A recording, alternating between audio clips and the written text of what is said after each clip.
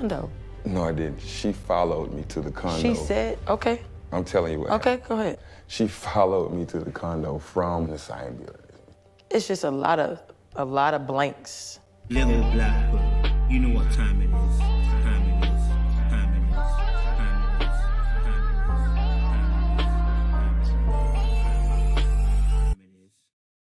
Hey guys, and welcome to Little Black Book 91. We're giving you guys another live, yes, a super panel live where we discuss a TV show, break it down, all the way down with different members of the super panel team. Yes, I've got a strong Avengers today, and the topic is burning and brimming. Okay, I know you guys have been watching the show in anticipation, probably waiting to see what the super panelists would say. And I can't wait to see what they're going to say too. I know the chat has been very lively with different points of view, specifically talking about the Darian, Kai, and the Alexia situation. Don't worry, we will address that later on in the show. But there are two other great couples that we like to talk about as well. But before we go any further, please like, share, subscribe. Click on the bell button for notifications of uploads. For those of you who are returnees, you already know what it is, baby. You got the minerals, baby. You got the minerals, okay? Listen, let's talk just quickly, briefly, before I open it up. Look, I know you guys probably want to join the show as well. So if you do want to join the show, let me put a little banner up as well. You want to give us your point of view. We want you to join the conversation. Hit us up on lbb91talks@gmail.com. We've got half an hour open floor for the audience to get involved, to have their say, to give their viewpoint on the show. Hey, once half an hour goes, it goes, baby. All right, listen. So in the meantime, before anyone comes on, yes, I think this episode was quite potent. It was quite the episode, and I say that because I think we got to see a little bit more of Jessica again. We got to see a bit more background where she explained how, she was bullied, and explained how she was abandoned, and explained, being passed around as a kid, and how, it was never good enough, and etc., etc. So now we can see why Mother's Day means so much. It's about being appraised. It's about being affirmed. It's about hearing, you've done a good job. She wants to be able to hear those words from her man Eric, and that's naturally we actually have more understanding of her now, right? I think we get a bit more of her side of the story, and we can now see where her mindset is coming from. What I would say is that they've got a choice to make now. They're actually in an ultimatum now, right? Because he's coming with an angle of, I want kids. She's saying, I don't really want kids, but if I do want kids, it's got to be within the scope of marriage, right? She wants a marriage. She wants a ring first, do things properly, and then become a mother for the third time, right? Other than that, she's really not on having motherhood for the third time, to a point where he said, should I go out and get another girl and get her pregnant? So they need to work that out. Does he want to marry her? That's the key question, right? He's got a decision to make. Does he marry her and have children, or does he just want children without the marriage? If he does, she doesn't want that, and then she has to walk away. If she doesn't, she has no leg to stand on later on. Okay, these are the critical moments of any relationship, and these are the kind of stuff that we talk about on this show, where we talk about how important it is to make decisions, to make correct decisions in these type of moments, right? That you don't just want to give up and sacrifice for a dream, and in the process you're dying for the dream. You want marriage, you want to have kids later on, but you want it done in an appropriate way. Why would you surrender that just to have a baby, to keep the man that you're with? Or either way, why would Eric surrender, not have a baby, get married, and doesn't want to get married to her, just have a kid? Let's not do that. The children suffer. You suffer. It's just long for everybody. So they've got a decision to make. They got to have a real deep conversation. They got to figure that out. They got to think that through, and they got to have a real hard conversation amongst themselves. Then we've got obviously. We've also got, Laronda and Sean. Now, obviously, Laronda had a date with Derek. She seemed more composed with Derek, right? I'm not gonna say he's more her speed. It was just with a case of that. It seemed that they were co-equals, and I think just watching her with him, I'm still feeling like we're not getting the full Laronda. You know, I feel like still Laronda is very good at putting up the facade. I feel like I'm still getting the facade. I feel like I still get that Laronda facade. I'm not getting the fullness of Laronda and who she is. I don't know why, but maybe it's just me. Even on the dates, she seems to hold frame, and you don't really get to see her come out of shell too tough. But yeah, maybe do you know what? I love that comment by D. Maybe she really is just another Sean, or as Regina Small says it, maybe she's just very trained. Maybe she's just very trained at holding frame. She's a salesman after all, so you know how to hold your frame when it comes to getting a sale.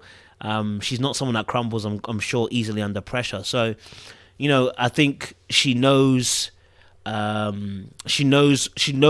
to make sure that she sells her story correctly. You know what I mean? She's not going to do too much.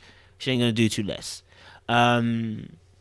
I think what I am seeing, though, they have her and Sean. There is an issue in regards to there's an issue in regards to the wedding. He wanted a huge wedding. Now, what's really interesting is he wants this massive wedding. Sir, how are you going to afford it? You don't even want to get wedded because you don't have money. Sir, you know, this is not a shot to Sean at all. It's just like it made me think, like, you don't have money to get married. That's what you're saying. Like, you want your finances to be intact, and yet the offers on the table to get married small, and Laronda likes it that way, and you don't want to do it. You want to have a massive wedding, 13 groomsmen. I'm like, 13 groomsmen. I think, listen, yeah, I think massive weddings are amazing, right? But I can almost guarantee you 13 of those people, even Jesus, even though he had 12, Jesus had the 12, then he had the 3, then he had the 1. Sir, can we narrow this down a little bit? 13 groomsmen? God damn. But hey ho, everyone can do the way they want to do it. Do you know what I mean? You know, I don't know. I'm just looking at that and I'm going, okay, cool. You know, they might have different views on that. The kid situation, 7 kids. I can see why he wants to save his money up. Yes, you need to save your money up. 7 kids. Hey. So yeah, that's a lot of kids. And she wants to also adopt as well, which is another big thing. You know, I think that's another conversation as well. So again, you know, it's going to be interesting. It's going to be really interesting to see how that works out and how that plays out in terms of the future, in terms of how they go about the wedding. That's going to be, I guess, destination wedding, which is going to be really cool. Again, I mean, destination weddings are oftentimes a little bit cheaper, so you know, we've been in the right place, they're in the right starting point. You know what I mean? And then we obviously had, we had the main couple, Darian and Alexia, and Kai situation. I think the less settled for me, the better. But you know, I think the conclusion of obviously the madness between Darian and Alexia, we appreciate it. It's coming to an end. She needed to wake up and smell the Kenko coffee, you know, and do you know what's interesting? I was waiting to see what she would do on a live, because I wanted to see if this would come out again. You know what I mean? If he cheated. I was like, I'm waiting to see if that was part of the media training, or that's how she really felt. So obviously she's accepted it on the show. And so, yeah, I'm interested to see what's going to happen there. But I think with Darian and Alexia, she has ignored the evidence for so long. And I think that's where we're going to have a really good discussion tonight with the super panelists around accountability and around really around whose fault is it? Like, you know, are we responsible for our situation that we're in? Is someone else responsible for the situation we're in? Like, who is the person that is responsible in this case with Alexia? Does she have to take responsibility for the fact that she's been in a 14-year, relationship with this guy? Does Darian have to take all the blame because he's abused her through that emotionally abused her through the whole situation. What is it? You know, what is it? Who is it? Whose fault is it? We're going to discuss that a little bit more today. We discussed it the other week, but I think now we've seen the conclusion of it. It's better. We get a better perspective. And obviously, we know that she has put him away, and at the moment, and she's focusing on herself. Let's hope she stays there. But we do need to discuss Darian and his crooked ways. Yeah. It's a madness. I think I saw on Instagram today again on another blog, another person's Insta. There was a young woman who was I say young. There was a woman also who was on another platform, YouTube, giving an interview about how herself and Darian have been together. And then I see the TikTok, where's Darian? With the same woman. I'm like, oh my god, blood, Darian, why are you everywhere? Why are you everywhere? And what's even worse about it, yeah? He hasn't even got the shame. Didn't I'm going to say it. He hasn't even got the shame to hide his face. To even hide you don't even have the shame to hide you're even more scarier. The guy's in plain sight, giving you the nonsense. Someone else's TikTok, someone else's Instagram. He's not even shameful about it. Like, he's not even trying to do don't catch me on cam. None of that stuff. Man's boldly putting his face there, you know. That is somebody who doesn't respect. I'm just going to be honest with you. He doesn't give a hoots. He don't give a hoots because no one's going to give him a consequence. And all the women that he comes across, I don't know what it is. Is it the juju that he's doing? I'm not saying actually he's doing that, by the way. I'm joking around. But is it the juju he's doing? Is it the strong manipulation he's putting on them? Is it voodoo sex? Like, what is it that he's doing to these women? Because they are accepting bare minimum. And seeing other women with him and still accepting bare minimum. I don't know what he's doing to these ladies. Alright? So, yeah. It's a mausoleum. So, we're going to get a conversation flowing and going. Obviously, I've opened it up for you guys to come and get involved. I'm waiting to see. None of you guys want to join. Listen, in fact, I'm gonna look. No one's come up to me in all this time. 10 minutes. I'm gonna bring the super panelists on, man. You guys, you don't want to come on and chat today, so I'm gonna bring the super panelists on. I'm not gonna waste time, man. You know what I mean? It's been open for at least 20 minutes. Cause I had it on the page too. All right, let me get the super panelists on, man. Let's get the conversation flowing. Let's get it going. Let's get the conversation cracking. You know what I'm saying? Like, there's a lot to discuss tonight. You feel me? There's a lot to discuss tonight. All right, cool. Someone said it's a voodoo sex, you know. Someone said it's a voodoo sex. I hear that. All right, cool. Let me get the super panelists on. I know we got a nice team going today. All right, cool. So, the first person I want to bring onto the stage, my doctor, my surgeon, my spiritual advisor, you know what I'm saying? She won't call angels from Africa. She understands that we don't need to do that, okay? All right? I know some prophets like to do that, but this is a real woman of God, so she doesn't call them from Africa. But no, I appreciate it. She's surgical. We appreciate the fact that she always gives a spiritual word as well. I want you to invite to the stage Dr. Nundi, baby. What you saying, sis? What you saying? You good? Yeah, I'm good. Thank you for the intro. No worries at all, man. I'm glad. We just appreciate the fact you're not calling an angel from Africa. Do you know what I mean? So that's it. Listen, I call them from heaven. The third heaven. Some people don't, but I appreciate you. Yeah, listen, they're all over. They're from everywhere. I appreciate I call them from everywhere. North, south, east, and west. All the four corners of the earth, baby. Okay. Yeah, there we go. I appreciate it. Cheers, sis. Appreciate it, love. All right, next person I'm inviting to the stage. Listen, I have to find a new nickname. I can't say the original one that I had now because she don't like it, innit? So I have to change it now. We'll find one for her, okay? We'll find one for her. But I appreciate her. You know, she always gives a spiritual word, some spiritual food. You know what I'm saying? She always gives that spiritual soul food in her points, and we appreciate that. You know.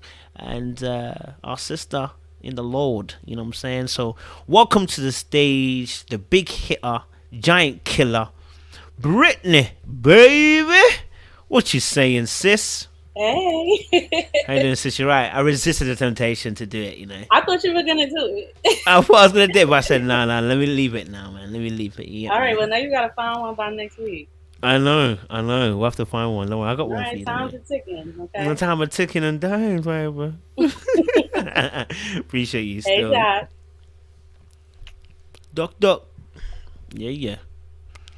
Oh, she's on mute. That's why. All right, cool. Appreciate it. Thank you. All right. Next person to the stage, all the way from Germany to Jamaica. We appreciate her. You know, she always comes with a different flavor, different seasoning, different thought process. And sometimes she'll actually just shake the table a little bit, just shake it a little bit so the glass kind of does that on the table, do you know what I mean? So we appreciate her for having a different way of thinking and bringing an eclectic view, you know what I'm saying? I've been learning new words out here, don't watch that, guys. Welcome to the stage, Drew, baby. Hi, everyone. Hey, Britt. Hey, Doc. Hey, Drew, you right, yeah? I am alright. How are you? You're right, yeah. I'm good, man. I'm good. Are you in Jamaica, Germany, or Spiritual Realm? Which one is it? You know what? I'm just here to shake the table. Oh, shake the table. Why don't you shake it? Okay. It doesn't matter where I am. I'm gonna do it. I hear you, sis. No worries. Appreciate you, Drew. Appreciate you. Love for that. All right. Next person I want to invite to the stage, baby. Listen, you know what? Yeah. You know what? Oh, she's not even backstage anymore. Oh, she's not here. Okay, I was going to invite. Well, she's not here, so I can't introduce her. All right, cool. Next person to the stage. You know what? This is my British cohort. You know what I'm saying? And I appreciate it, because it's late. So whenever people do this, that's how I know she's determined. You know what I'm saying? She's steely. And as the British say, you know what I mean? She's got some. I can't say that word, but you've got some courage about you. I would say the proper word that British people say, but it might be inappropriate. You know what I mean? So appreciate. Welcome to the stage, Jess, baby. Oh,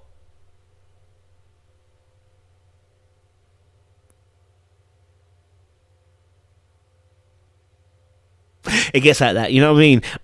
So. I was bringing it to the stage and then it just didn't work. It didn't come on. All right, cool, no worries. On to my next person.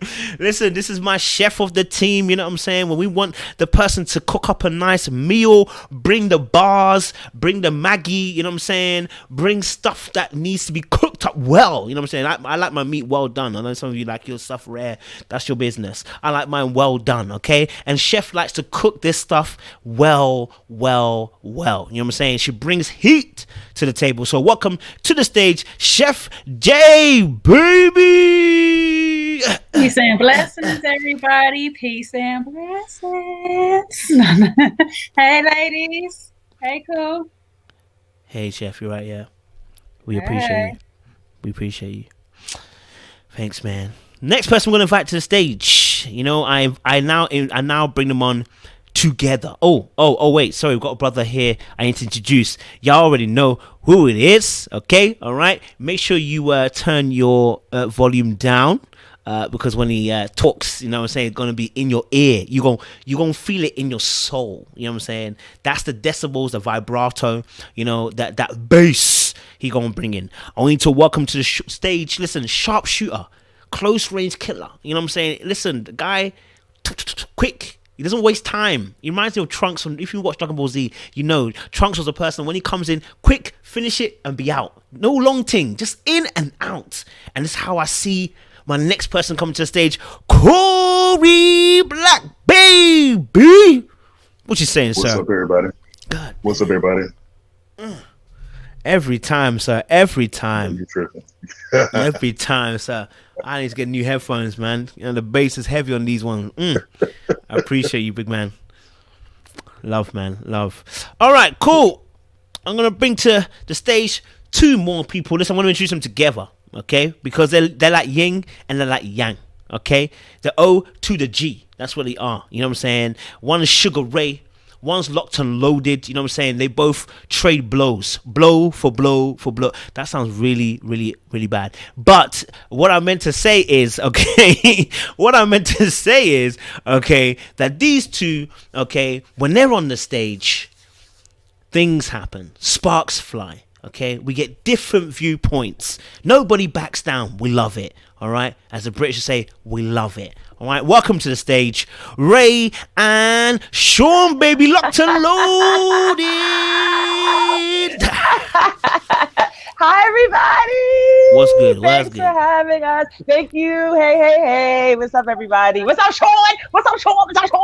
What's going on, Ray? What's going on? Are you ready? You got your knitting, your ice cream, you got Look, your full I plate got of my food food. out? I got my food.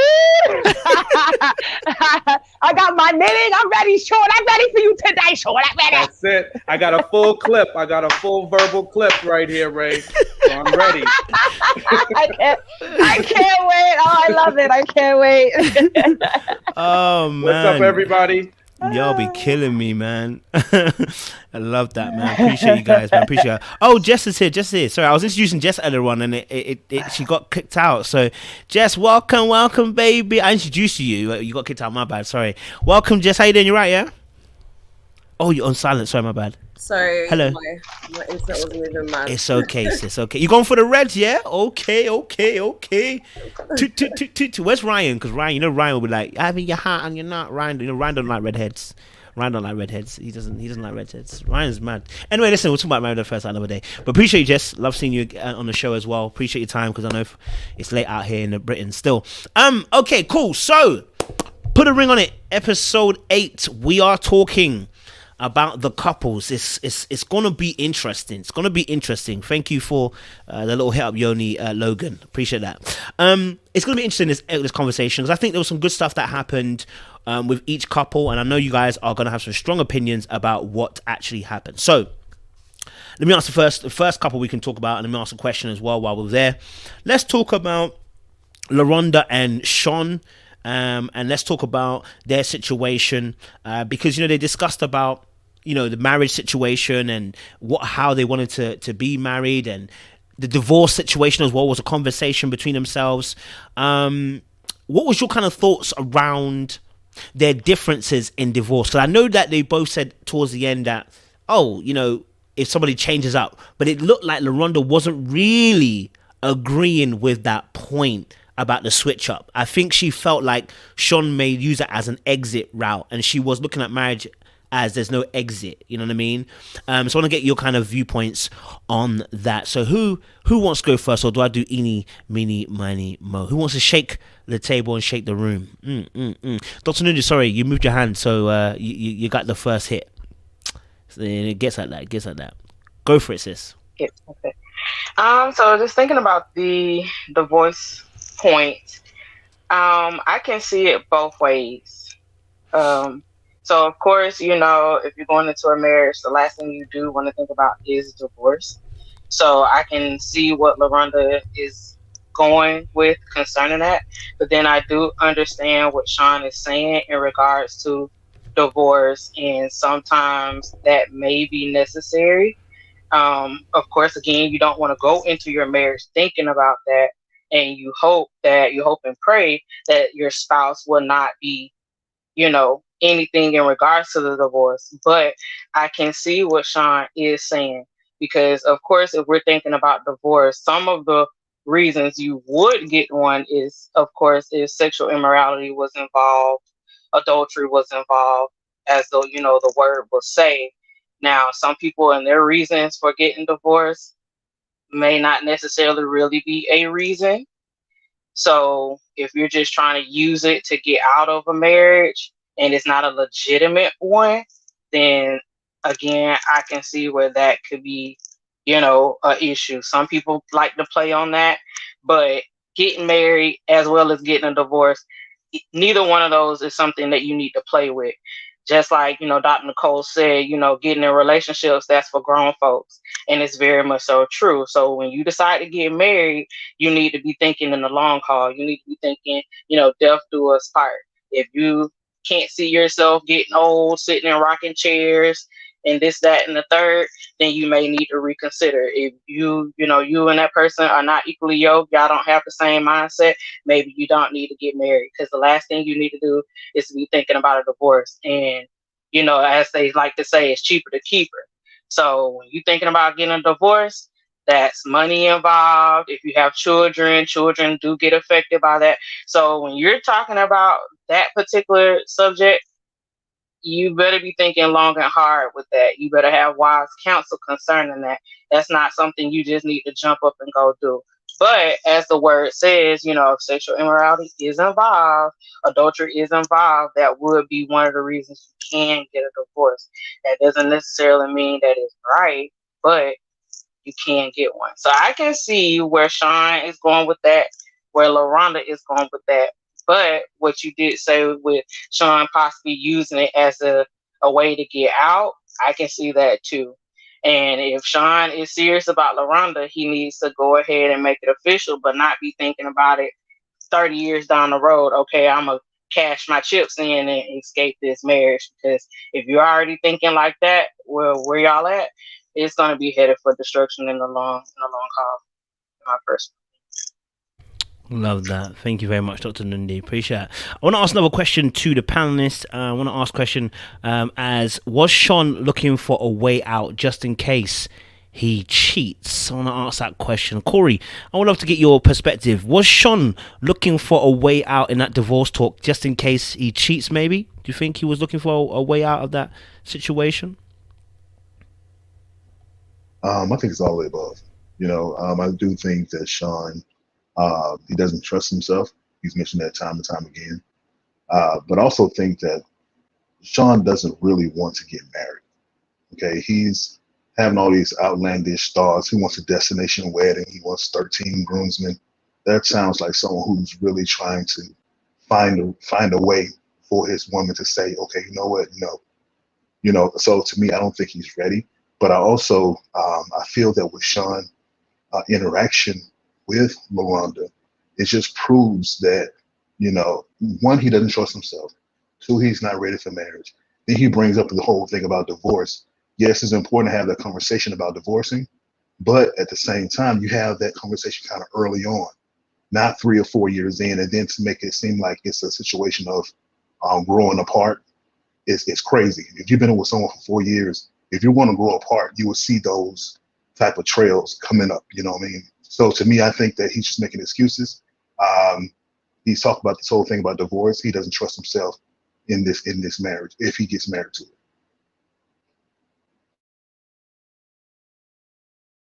Good points. Good points. Love that. Thank you very much, Corey.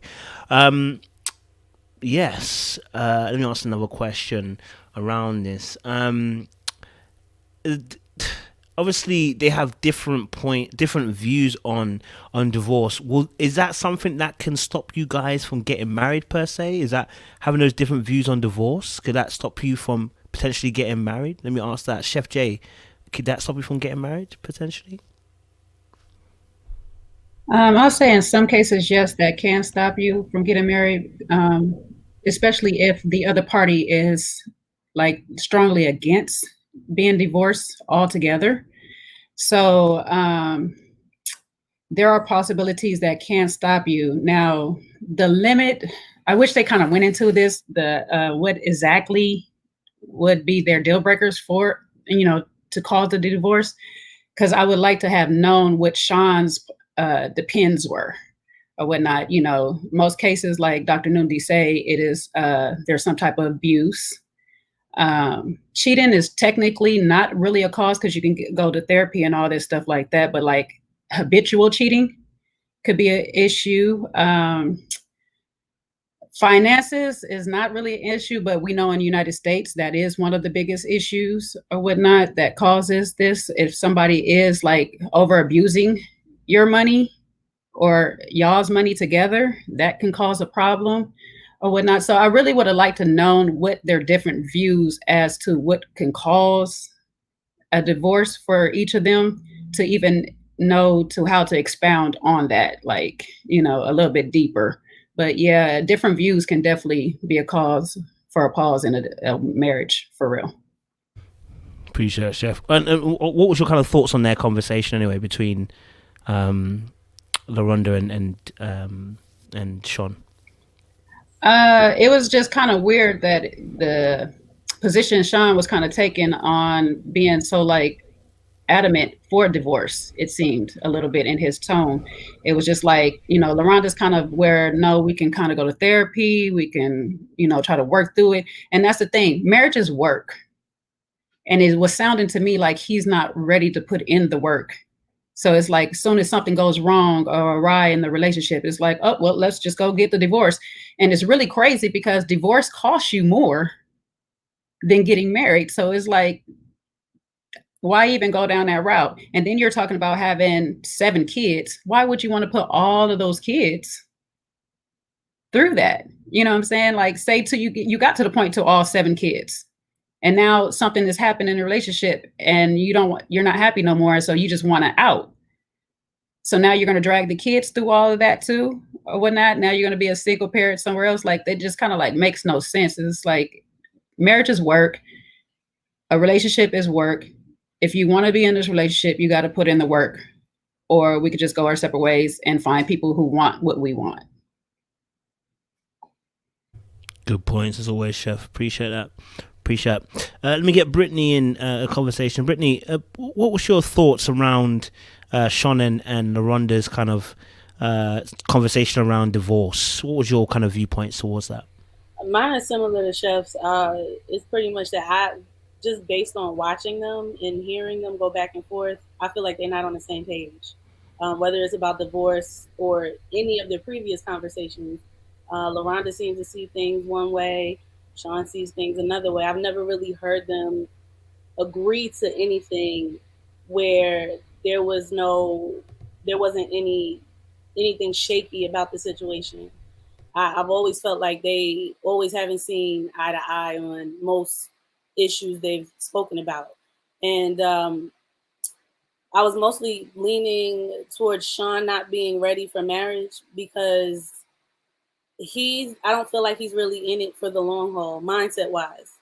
I don't think he's ready for the work that is going to go along with being in a marriage, especially with his behavior that we've all seen as of late.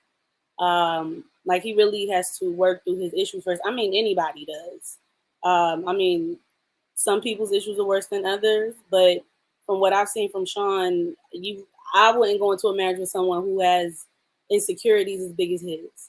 Now, people who have insecurities like his, but they are at bay, they know how to handle them on their own, and they know how to let people know what their triggers may be about certain things. But when it comes to Sean, it seems like he's just all over the place when it comes to those insecurities. And I don't think anybody would want to deal with that throughout a marriage, right? Unless he's actually working on it. And we don't even see him really trying too much. I mean, he's taking little incy-beacy baby steps, but it's not really doing enough to convince me, at least, that he's ready to take that leap. Because marriage is forever. And for me, if they're not on the same page, well, I will say for me, if I feel like my spouse, well, the person I plan on marrying is not on the same page as me with most of the things that we talk about, then I would have to rethink whether or not we're going to get married. We might have to hold off a little longer, or just we're going to have to break up. Good points as always, Brittany. Thank you very much. Appreciate that. Drew, will you be shaking the table today? What's your thoughts on the marriage between Sean and Laronda?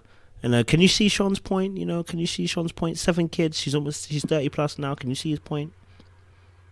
No, I'm blind to his point. I'm gonna see it at all. Because just like from the conversation they were having, I must say I agree with Chef Corey, Britt, everyone before, because from the conversation, it's not so much that he said that he's okay with divorce.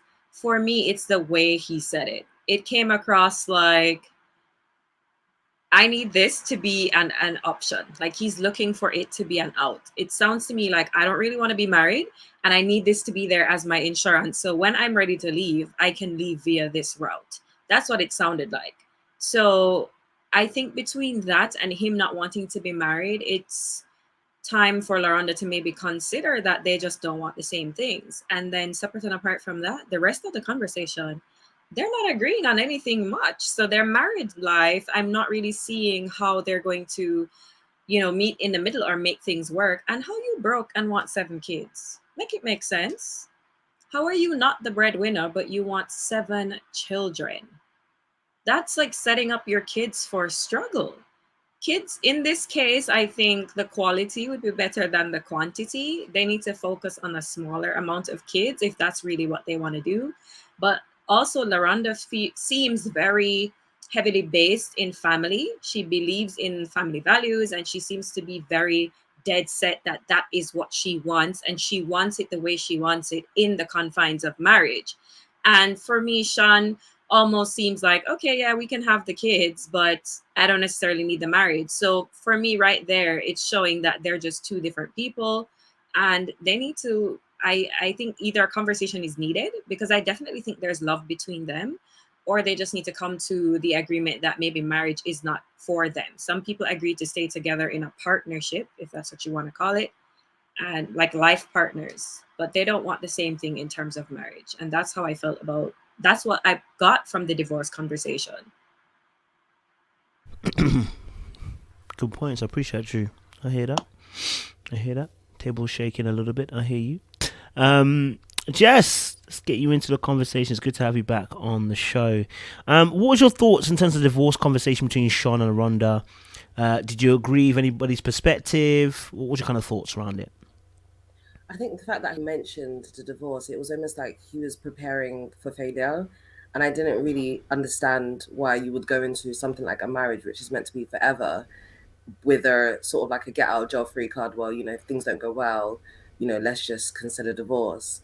And it just kind of made me question, does Sean want to really be with her because he loves her and he sees spending his life with her? Or is it more so because she provides a level of comfort that realistically a lot of women are not really going to put up with? And just taking into consideration the fact that they couldn't really agree on just basic stuff, like, for example, a destination wedding, 13 groomsmen. I know it may sound a bit mean to say it, but it's like they've kind of swapped gender roles. It's like he's the woman and she's the man. And it's like for her, she wants everything to be simple, clear cut, straight to the point. And he's worried about the fine details. And it's like, he needs to be worried about getting a better paying job, like no disrespect to him, instead of worrying about the details of how the marriage is going to work out on a possible divorce. And it's like, I would expect that more from Laronda's side, talking about divorce, because from what I can see, she's making a bit more of a bigger commitment than he is in terms of their finances. But altogether, it just seems like a mother to son relationship. And I feel like deep down, Laronda knows that this isn't the man for her on a long-term basis. I just think, is she going to really wake up and decide that, before they go down the marriage side, or is she going to force the marriage and then, wait and see what happens? But overall, in terms of the divorce aspect, I don't know, it doesn't seem like a good idea even mentioning it to begin with. And tying into that, like things like divorce, prenups, anything to do with preparing for a demise of a relationship, are you really interested or ready for that relationship? That's what I thought. Appreciate it, Jess. Love for that. Good points there as well.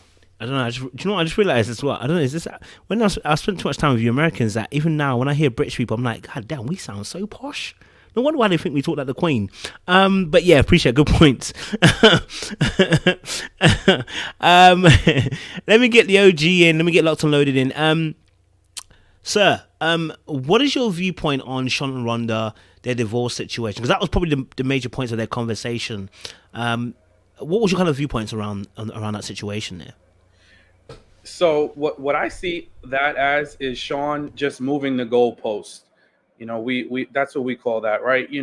Every time you get a challenge in front of you, you just continue to move it along until it just it's never reachable, right? So every time we talk about marriage, we talk about moving to the next steps in their relationship, it's yet one more hurdle that he knows is unreachable.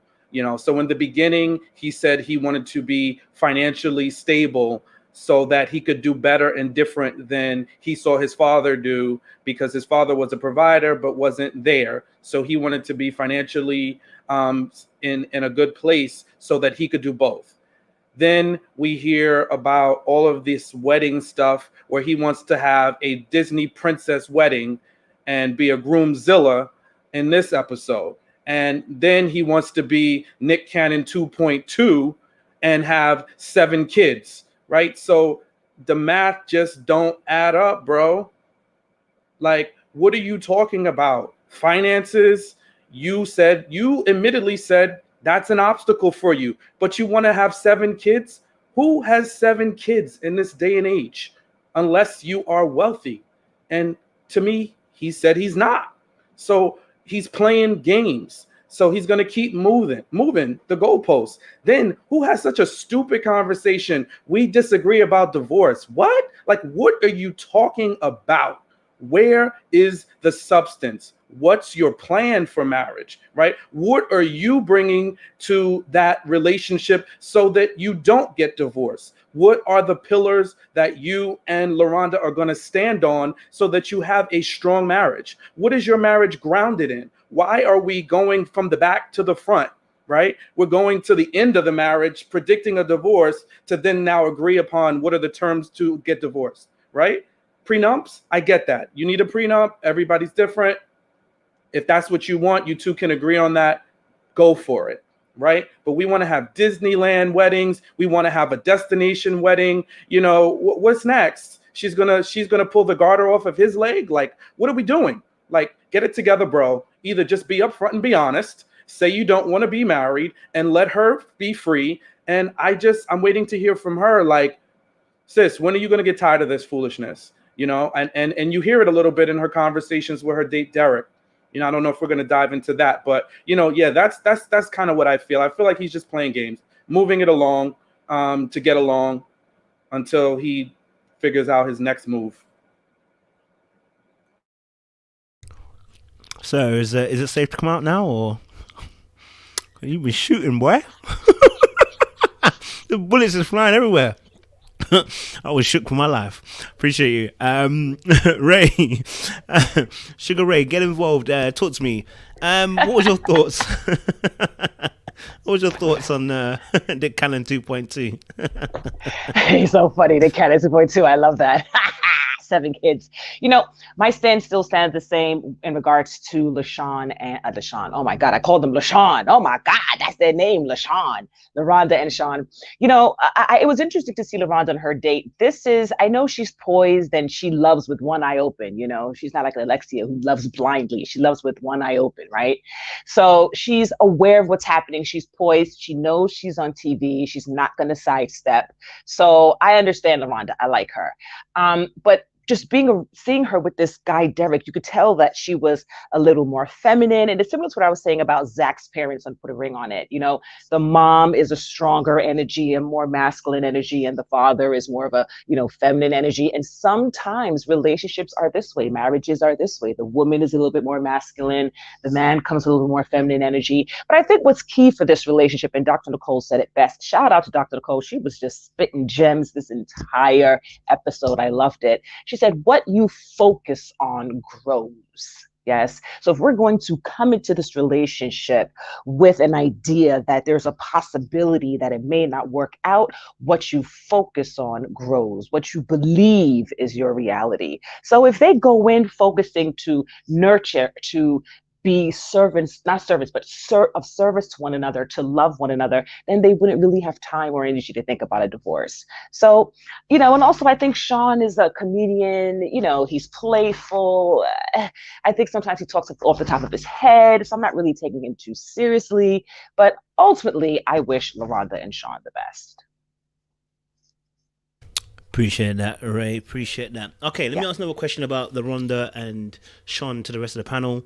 And maybe you can answer it first, Ray, if you want. Mm-hmm. You spoke a little bit about the date. What was your sentiment then about the date? Then because I still feel like I'm not getting the full Laronda. Like I still feel like maybe it's just because it's the show. Maybe it's just how she is. But I just don't feel like I'm getting the real Laronda. I'm not saying I need her to explode or anything. I'm just saying, like, I feel like she's got a good frame. Like, she knows how much to show, and that's how much she's gonna show. You know what I mean? Like, I feel like that's what we're getting. What's your thoughts on the date, Lachelle, with Derek? You know, I can appreciate that, though. I think she's smart. And I think, especially when you're on national TV, less is more, right? So you don't want to be on TV. So I understand her frame and why she's this way. But as I said, I really believe that when she's around a more dominant, a more masculine man, I see more femininity out of her. Even when she's holding back, even when she's holding her frame, I still felt like she was more feminine in regards to Derek. But if a guy doesn't really feel that he can move you in a way, he may not really push or truly engage. He'll just be more of an observant mode. But I think like Derek really likes her. I think she feels him. But ultimately, I don't think Laronda will ever leave Sean. She's not going to leave him. He's safe. She can contain him. She can maintain him. And for her, that gives her power. I hear you, Ray. I hear you. Points. Appreciate that. Corey, let me ask you as well then. What was your kind of thoughts around Laronda and her date with Derek? I felt like I felt like she wasn't giving us all of herself, but I don't know, how did you see it? Her interaction with Derek, to me, I thought it was really, really good. I like how Derek comes across. Like, he's really self-assured. And that's something that Sean doesn't give her.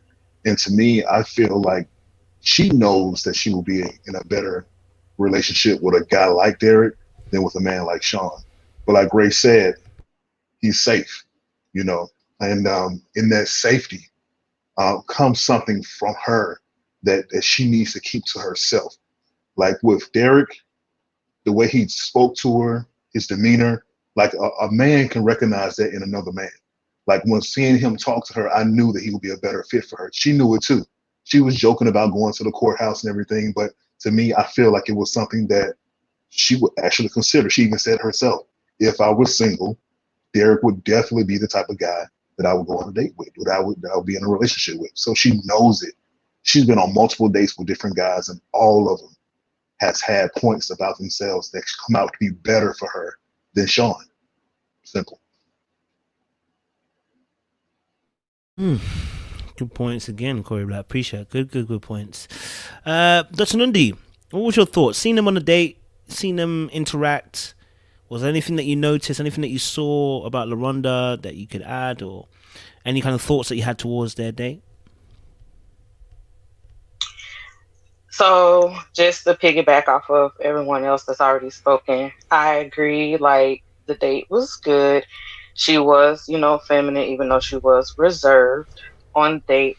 But the one thing that I did notice that really stood out to me is when Derek was having his conversations with Laronda. He initiated in the conversation the way that she wanted a man to do, but the type of questions that he asked her, I felt like those were some hard hitters for her, because she had to really think hard before she answered some of the questions that he had. And one of the things that kind of like, piqued my ears up a little bit is when he mentioned about her partner being fragile. And that said something to me, because you can think about being fragile in two different ways. The positive way of quote unquote being fragile or delicate or graceful would be like dealing with fine china, or, dealing with a delicate flower, taking care of something. But the way that he spoke about it when he asked the question, that was like a negative connotation of fragile, because he mentioned, about, well, is being with someone who's fragile and the pressure that you apply to them. Like, is that an issue? And I saw where he was going with that, and she kind of didn't know how to answer it. So he answered the question for her. And that let me know what type of level and maturity that Derek had. That was a real man coming with real questions. And he's really ready to date and be very serious with his dating process. And he's in the same field as her. So he knows how the marketing and the business goes. So she wasn't going to be able to slide on, underneath the table with her answers with him. And he made a very good point concerning that. You know, she tried to almost make an excuse for, you know, Sean being fragile. But what, you know, Derek was saying in regards to that, you know, if you applied pressure, you gave him an ultimatum, will that break him?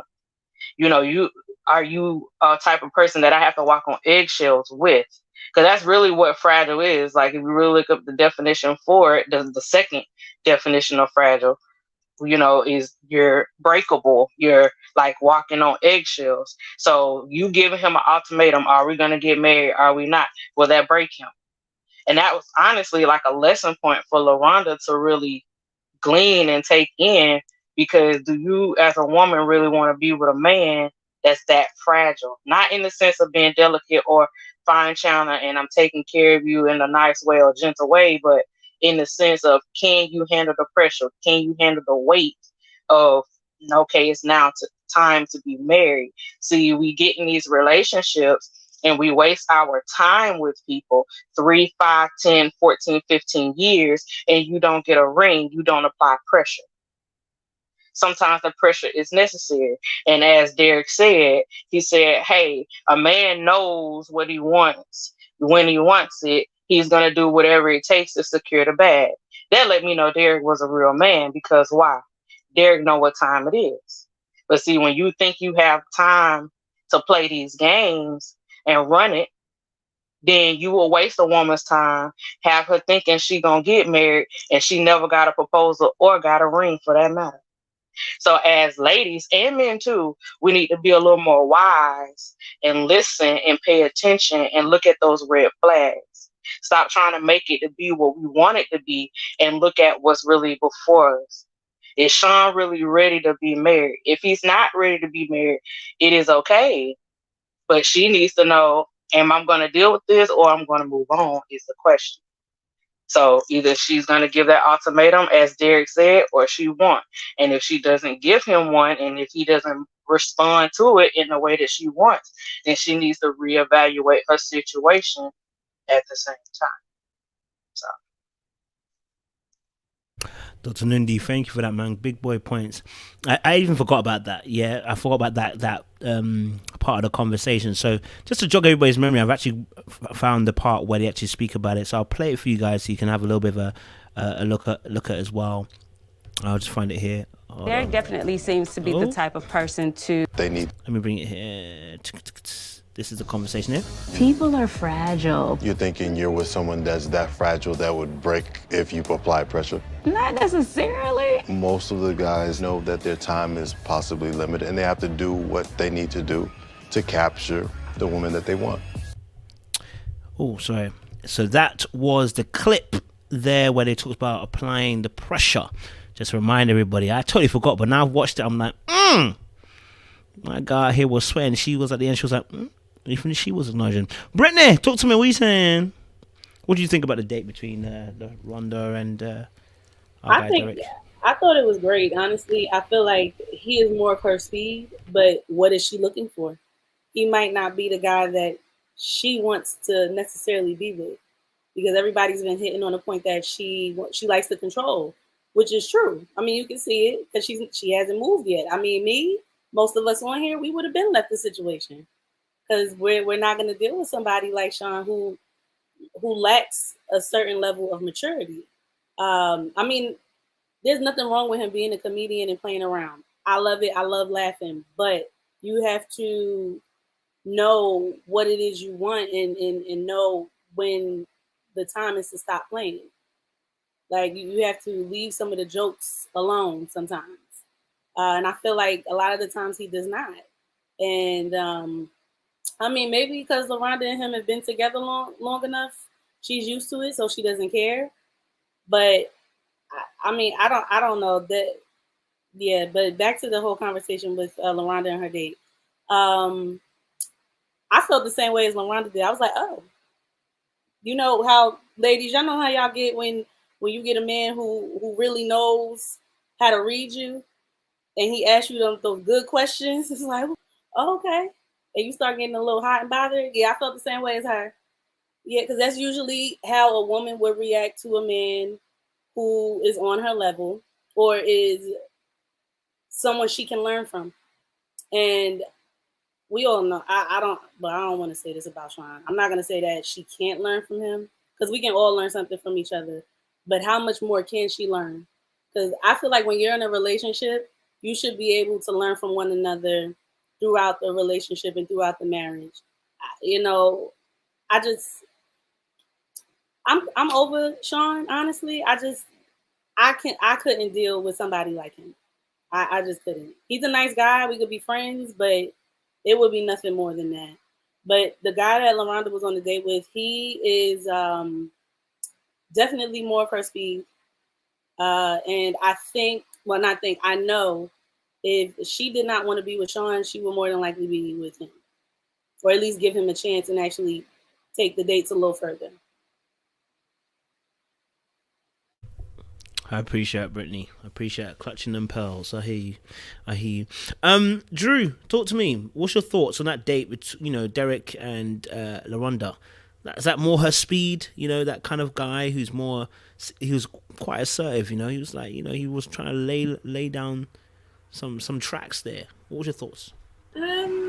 I guess my thoughts are a bit different because for me, the date, yes, Derek did show himself to be quite self-assured, quite assertive. He seems like a man who knows what he wants. He explained it quite well. But I'm of the mind that I'm paying attention to Laronda's actions, not her words. So she has a way of talking and she seems like, yeah, I have it all together. I know what I want. But then why are you with someone who has no idea where they stand, who has no idea what they want, who's not financially stable? So for me, it's her actions for me. I think they're setting her up with people who are matching contextually, like on paper, what she's describing that she wants. But I genuinely don't think she has any interest in someone like Derek, who is very together, who she can't run over, who would give his honest opinion about something. And because of that, I don't think she was interested in Derek. I don't think she was interested in this date. I think she wants what she wants, how she wants it, and packaged in a way that's appealing to her. So she already mentioned that she wasn't attracted to Derek.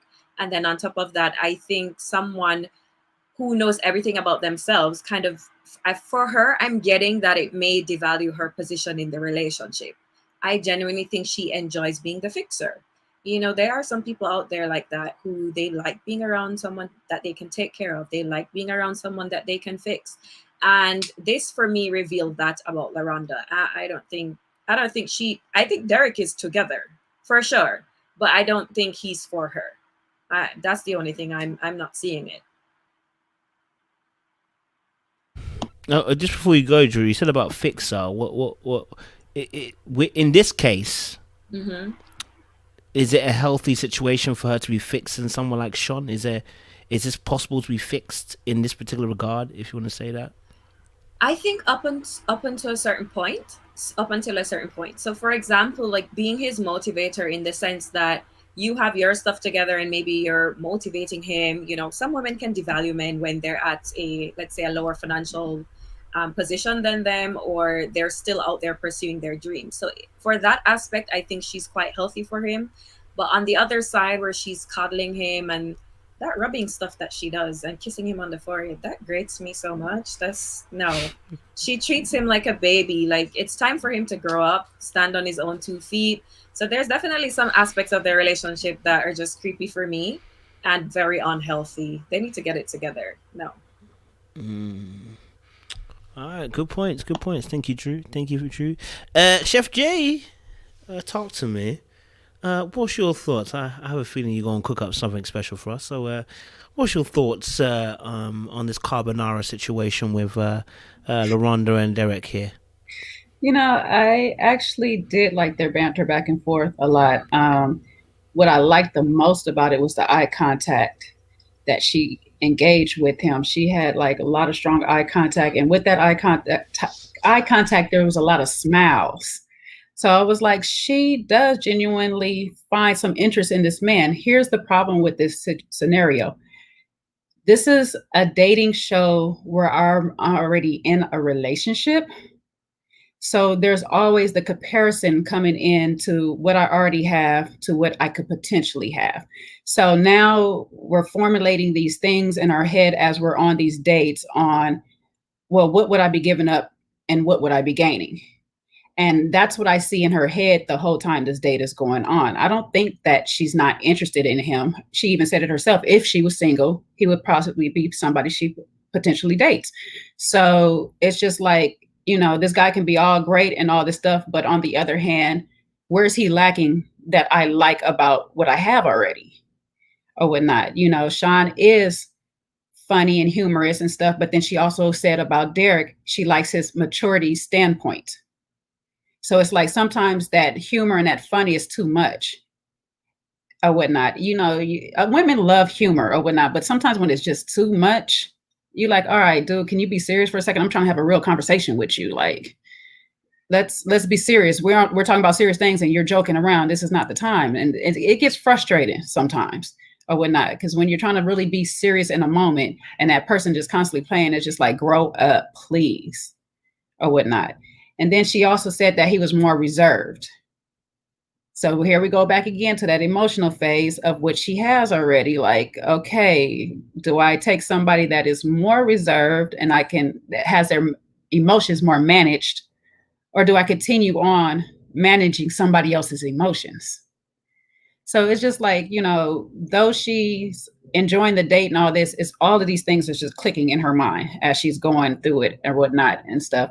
At least I know I'm putting myself in her shoes. That would be me. I'll be sitting there on the date, just like, okay, well, I got this. What's this? And it just keep going back and forth on the date.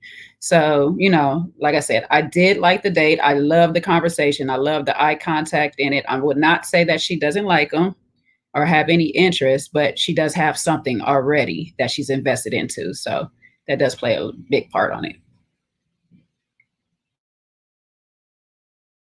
Appreciate it, Chef Jay. Thank you for that. Lovely little carbonara there.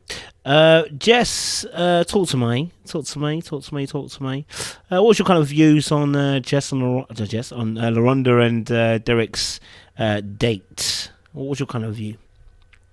I think what some of the ladies have said, I think is definitely correct. I think it's more so that she's comfortable where she is currently. Like, she knows what she has, whereas I guess it's the devil you know is better than the devil you don't know. And I think when she looks at a lot of these dates, I think she can see the kind of man that realistically she would want.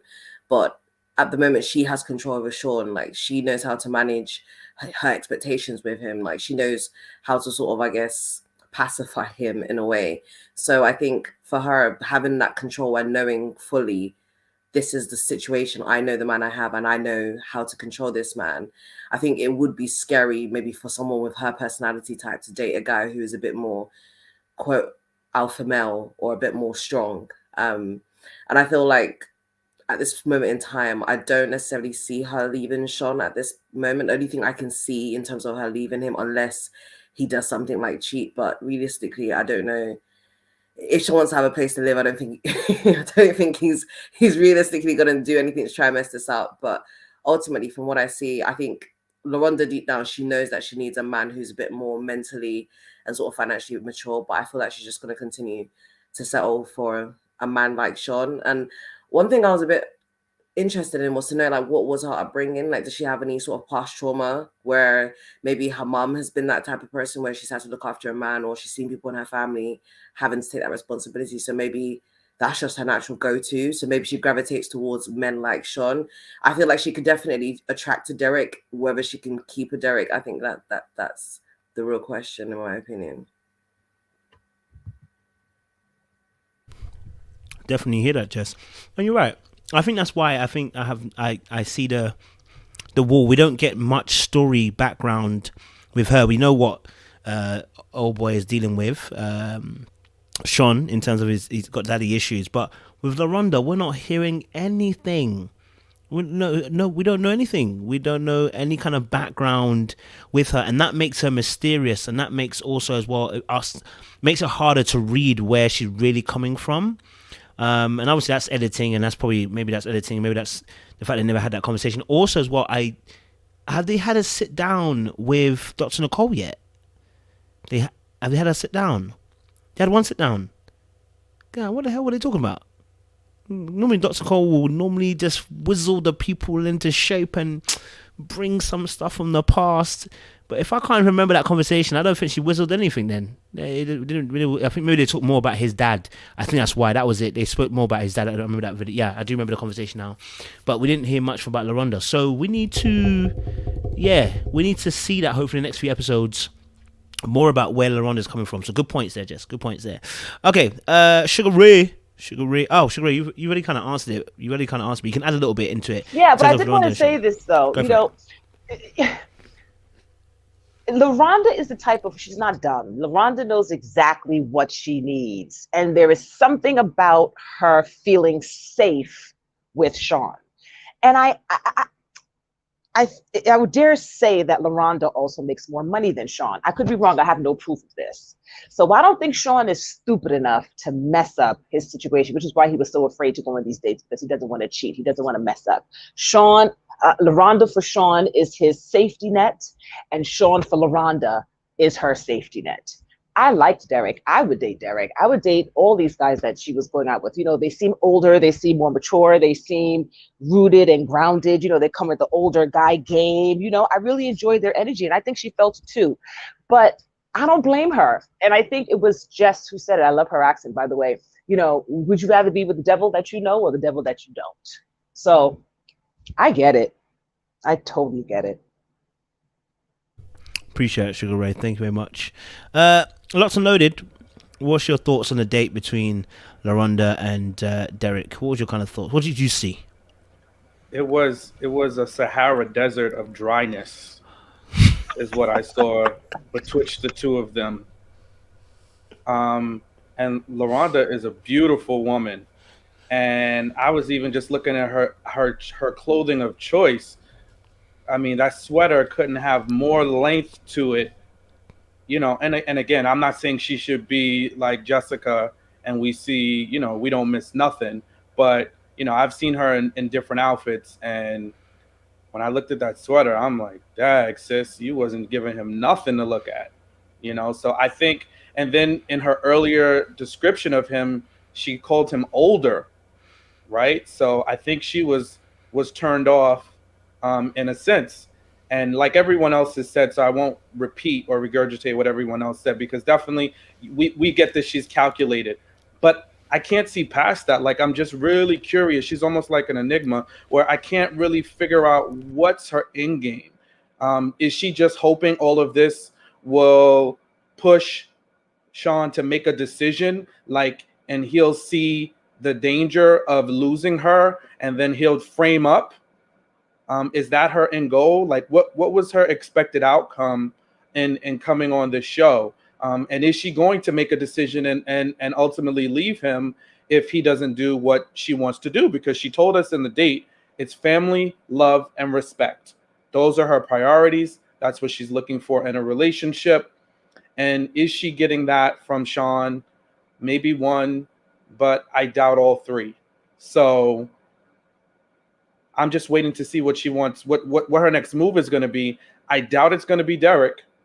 I didn't see any sparks jumping off between them. I mean, they had good, engaging conversation, you know, and I know, Kojo, you're the expert in dark arts. I think he did some light, you know, some shades of gray arts, right? It wasn't full-blown dark arts, but, you know, just kind of telling her more or less what she wanted to hear, reassuring her that, you know, if I was your man, you wouldn't have to drag me down the aisle, you know, just kind of dangling the carrot of what she could get.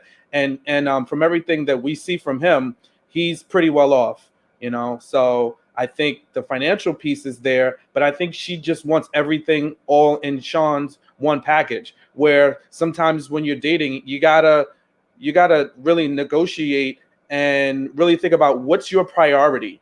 Right? Are you so focused on the exterior? Are you so focused on finding the dude that you want, that has everything and gives you everything you want, but he's got to be your age, right? This guy's maybe 6-7 years older than her. So typically men, when we're in our late 30s, early 40s, we're more secure, we're more established, we're ready to move forward. and be in committed relationships. Not to say it doesn't happen in the 30s. Yes, it can and does. But in most instances, men were ready to, if we were a player or doing whatever we were doing, we're ready to put that to the side and be serious in our late 30s and early 40s. And I think that's the stage in life that Derek is at. So you got to pick your priorities is what I'm really trying to get at. Pick your priorities, Laronda. What's important? What's really, really matters to you? And then look at your partner and see if he's going to be able to give you all those things. My answer is I doubt it. You're asking for a lot. And he knows it too. And that goes back to him moving the goalpost because he knows he's not ready. He knows he can't be that man for her and that husband. Good points there by everybody on this aspect. Do you know what? I really appreciate everybody's view because I see where everyone's coming from, and I don't disagree with anybody's points. I think everyone made some really good points. I think just obviously I love what Dr. Nundy was saying in terms of when it came to Laronda. I think on that date as well, I was just kind of watching it while you guys were talking, just to kind of get it back. And the part where she does say, you know, you don't want to give somebody pressure, I think speaks volumes. Because what do you have a time limit? You know, we don't want an Alexia situation. We don't want in fact, Alexia's situation is different. We don't want an Ashley situation, okay, where you're 9 years in and we're now still trying to figure out whether we're getting married or not. Like, you don't want that situation where you are in a fordrawn situation. And I think she just, when he said about giving an ultimatum and kind of, she actually pushed back by saying, well, you don't want to pressure somebody into something. No, you don't want to pressure somebody into marrying, but you do want to know whether they're on what you're on. You know what I mean? You want to know if they're on your time scales, right? Because at this moment, we don't really know per se. The conversation haven't really been explored as yet with Laronda and Sean. I think this season, the editing has not been, I want to say the editing, but they haven't really explored much in terms of showing us much between Laronda and Sean, right? Just as it was getting juicy, I think the other week ago when they spoke and they were talking about both of them are toxic, that was a conversation they did. They didn't explore it again after that. It's like, yo, you lot are invested in Kai and Darian. I hear that. I like that. But can we explore a little bit more of Laronda and Sean and get to the meaty stuff, right? Because my man's out here chopping stuff and saying these kind of things and we're not exploring it. So we don't really... So right now they're looking a bit squeaky clean apart from the nonsense that happens with divorce and stuff like that. But it's a bit too squeaky clean. We're not really seeing any depth in terms of what is the actual issue, because you came on the show, right? At the moment, it looks like you lot came on here for clout. Let me be honest with you. That's how I feel right now. It came on for clout because we're not really dealing with anything, right? We start dealing with something and then it cuts, you know. And I can't really best probably the editing, but we're not really getting much of a story. So yeah, I mean, I hope she has a timescale for him. All right, cool. Let's move the conversation on now. Oh yes, go for it, cool. You want to add a point? Go for it. Okay, so I want to add a point when it comes to Sean and Laronda. So to me, I think it's a need versus a want. I think Sean needs Laronda. I think Laronda wants Sean. And that's the problem. It's that balance that they have is they think it's working for them, but it's really not going to work for them in the long run. The truth of the matter is that if Sean cheats, Laronda will leave. If Laronda cheats, Sean's not going anywhere. He's got it too good. So to me, that's that need versus want. I think Laronda enjoys her position. I think she likes where she is right now because in this place that she's in full control. And if she actually gets him to marry her, no matter what, she's still going to have that control. Nothing is going to get that masculinity that Sean needs up out of him. If he was to get married to Laronda and then all of a sudden he wins $1 million, he wins the lottery, he's too far gone. He's too far in the mix for him to do anything that's going to mess up this situation that they got going on here. So when it comes to seeing what Laronda's about, seeing what Sean's is about, they are about each other. I'll give them that. They do love each other. They do care about each other.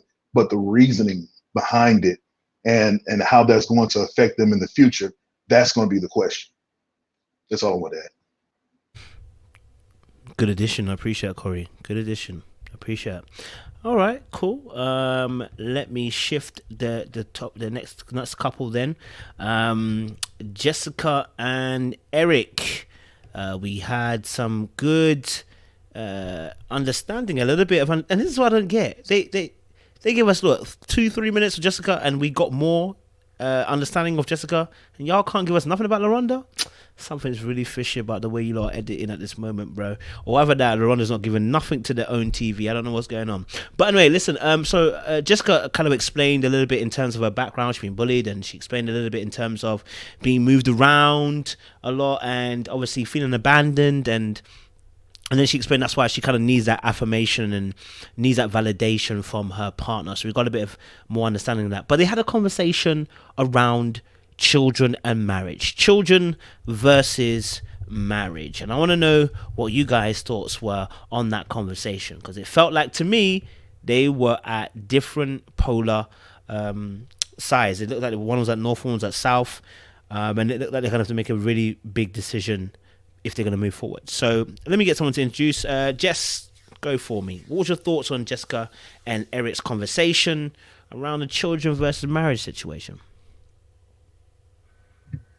I think when I was looking at like what sort of Jess wanted more so in comparison to Eric, I think one thing that Eric did highlight was about the prenup, the very first thing. And I thought that was quite interesting because it made me wonder, especially with someone who has had a past career in the NFL. Obviously, I don't know what his financial situation is at this moment in time, but he must be the most significant breadwinner for him to bring up such a comment. And Jessica's response to that, you could tell like she was definitely hurt by that, because in her mind, it kind of seemed like she came across as, you know, I'm a ride or die, like divorce for me isn't an option. And that prenup in itself kind of felt like, oh, so this is just a way for you to sort of get rid of me if things do not go your way somewhat. And then another thing, when he was talking about wanting a child, and that in itself was a bit concerning for me, because I feel like before going into any marriage, a child is a lifetime. And it's like, did they have that conversation and agree that, you know, in future they would have a baby? Or is that something that they're discovering now? Because with Jessica, she already has 2 kids, but from a previous relationship. And he, from what it seems, he seems like he does have some kids, but I'm guessing from also from another relationship. But it's a matter of, is Jessica prepared to go ahead and have another child? And I think I can see her aspect of her not wanting to be a baby mother, because she's already a baby mother. And I think for her, that's the reason why the marriage is important. But in all fairity, it kind of seems like the marriage itself is more important than the actual relationship, because sitting down and actually analyzing, do you want to have another child? Realistically, I don't really feel like Jessica does want to, but I feel like she will do it to please Eric. And realistically, is that fair to the child that they want to bring into the world? Another thing I was looking at from Jessica's standpoint was, I think when they were talking about, you know, what they want like their marriage to be, she seemed like she needs more affirmation and support from him. And unless they're willing to sort of fix those communication issues, in the long run, I feel like it's not really going to last long. And I want to understand, does Eric want to marry Jessica because maybe they spent a bit of time together, but is he really marrying her because he can see her as a life partner? Because he's clearly stated quite a few times that, you know, she's lacking substance ultimately. And I feel like with the prenup and, you know, mentioning about the child, is he saying that as sort of like a self-sabotage in a way to try and get her to back off the subject? Because I know for her, she definitely doesn't want to be another baby mother, but the reality of the situation is, can you really enforce a man to marry you when you have 2 other children with another partner? Yeah, which also ties into the whole Mother Day thing, when she got really upset and she was really offended by that. And it was like, I could see her side in terms of, you know, I'm a mother, you know, I'm a mother, but you don't have a child with him.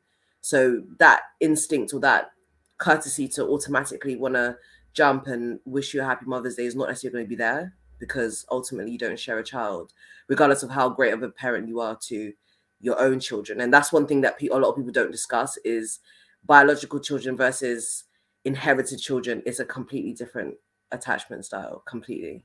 But that's just something I thought was quite interesting. Solid points. Thank you very much. Appreciate it, Jess. Good points there. Love that little points as well about the biological versus inherited children as well. Good points. Let me head over to Jamaica. Drew, what was your thoughts with Jess and Eric? Children versus marriage. They had that little squabble. What was your kind of thoughts? I think she is brilliant. I think he wants kids and she doesn't want kids. And when they met up with Dr. Nicole, sis said, listen, I will consider having the baby as long as I get that ring. I was like, I know that's right. Use that baby, girl. But no, on a serious note, I do think this is a topic these two should have spoken about a long time ago. I don't understand how you're in a relationship this long and this is just coming to light, because she seemed genuinely surprised by the fact that Eric wanted another child. And then also, Eric, for me, is a bit, I don't even know if it's unreasonable, but it's also just the way he tells people things. I don't think he's very tactful or very considerate when he says things. It's kind of like, oh, I want another baby, and if you can't get with that, hit the door. Excuse me? Like, do you have a uterus? Do you have a womb? You know, like he's not very like, this is the reason why I want to do this, and kind of sit down and have like an honest conversation with her. But also she needs to be reasonable.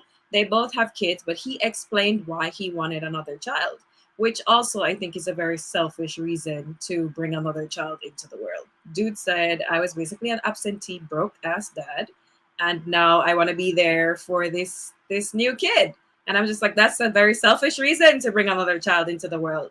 And the reality of the situation is, it is important for the mom to be on board, because let's be real, when a brand new baby or a newborn comes into the picture, the onus falls on the woman primarily. I'm not saying that the father doesn't help, but the weight of it is going to be on her. So this for me would be a reason for them to separate, because they're not on the same page at all.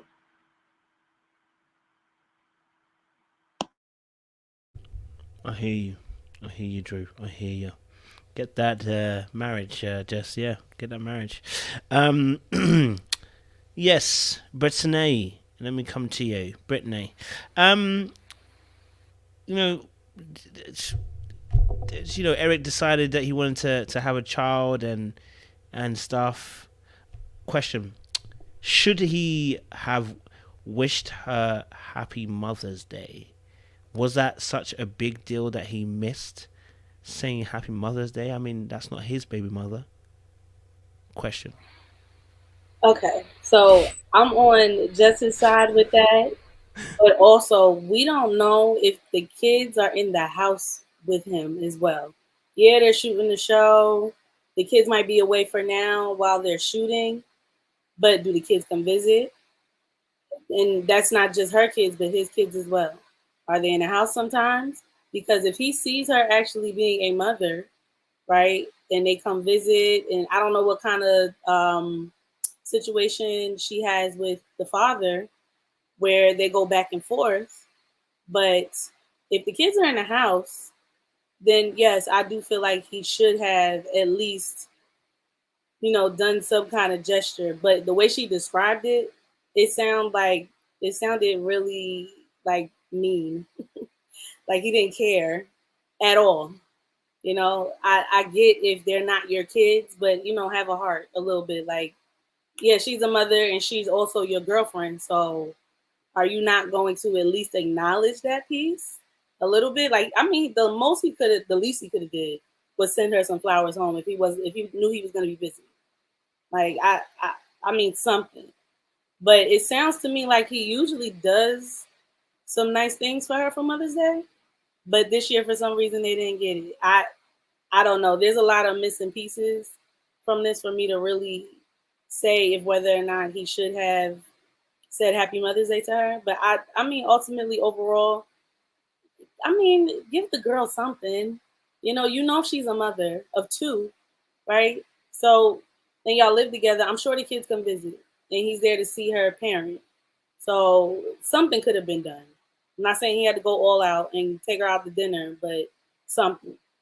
Now, their situation just overall with the baby part, I'll say this from this perspective, because everybody is pretty much hit the point of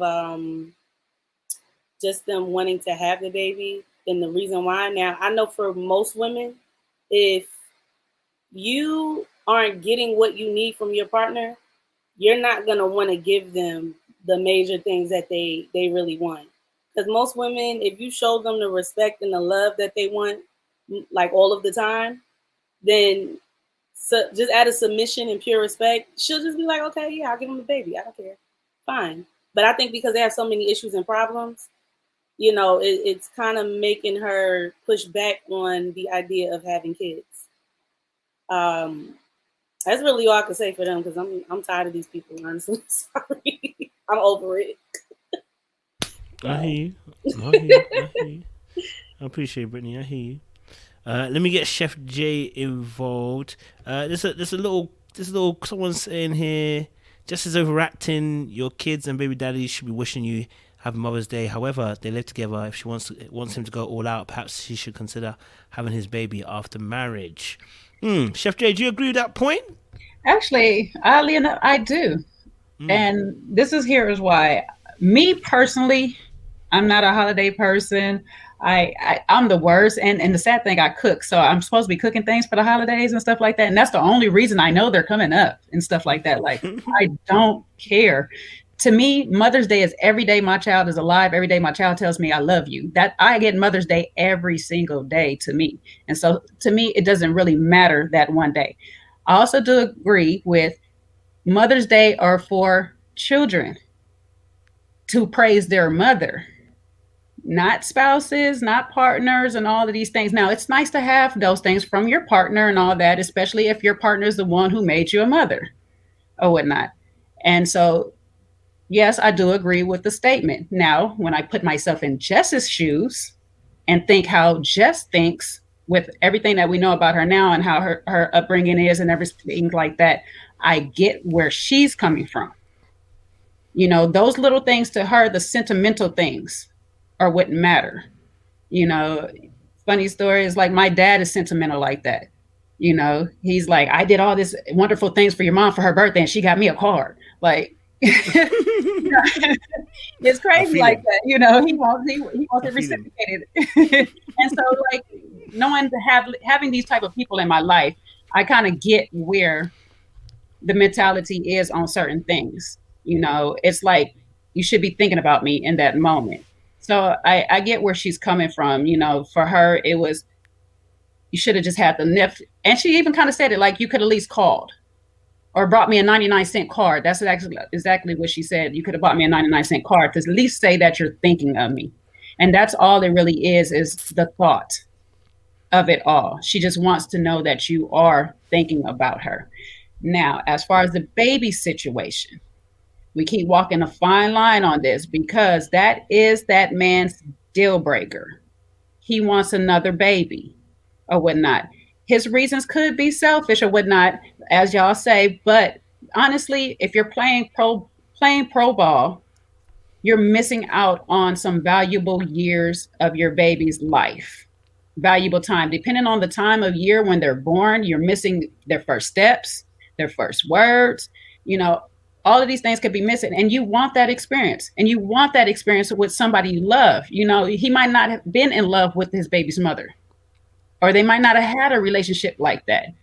But sometimes you want that with your partner that you love, to go through these experiences together, to go to the hospital and look at the ultrasound, be there at the deliveries and stuff. We don't know what aspects he missed of it or whatever. So for him, I don't think it's selfish. It's more so I miss these parts with my first two children, and I want to make up for that. And I want to make up with the person that I love and who I see as my wife. Now, where I have a problem with Jess is she's not sold on the idea. And when she comes later on in the show, and when they're in front of Dr. Nicole, she's like, well, I want these steps. Understandable. Have your steps.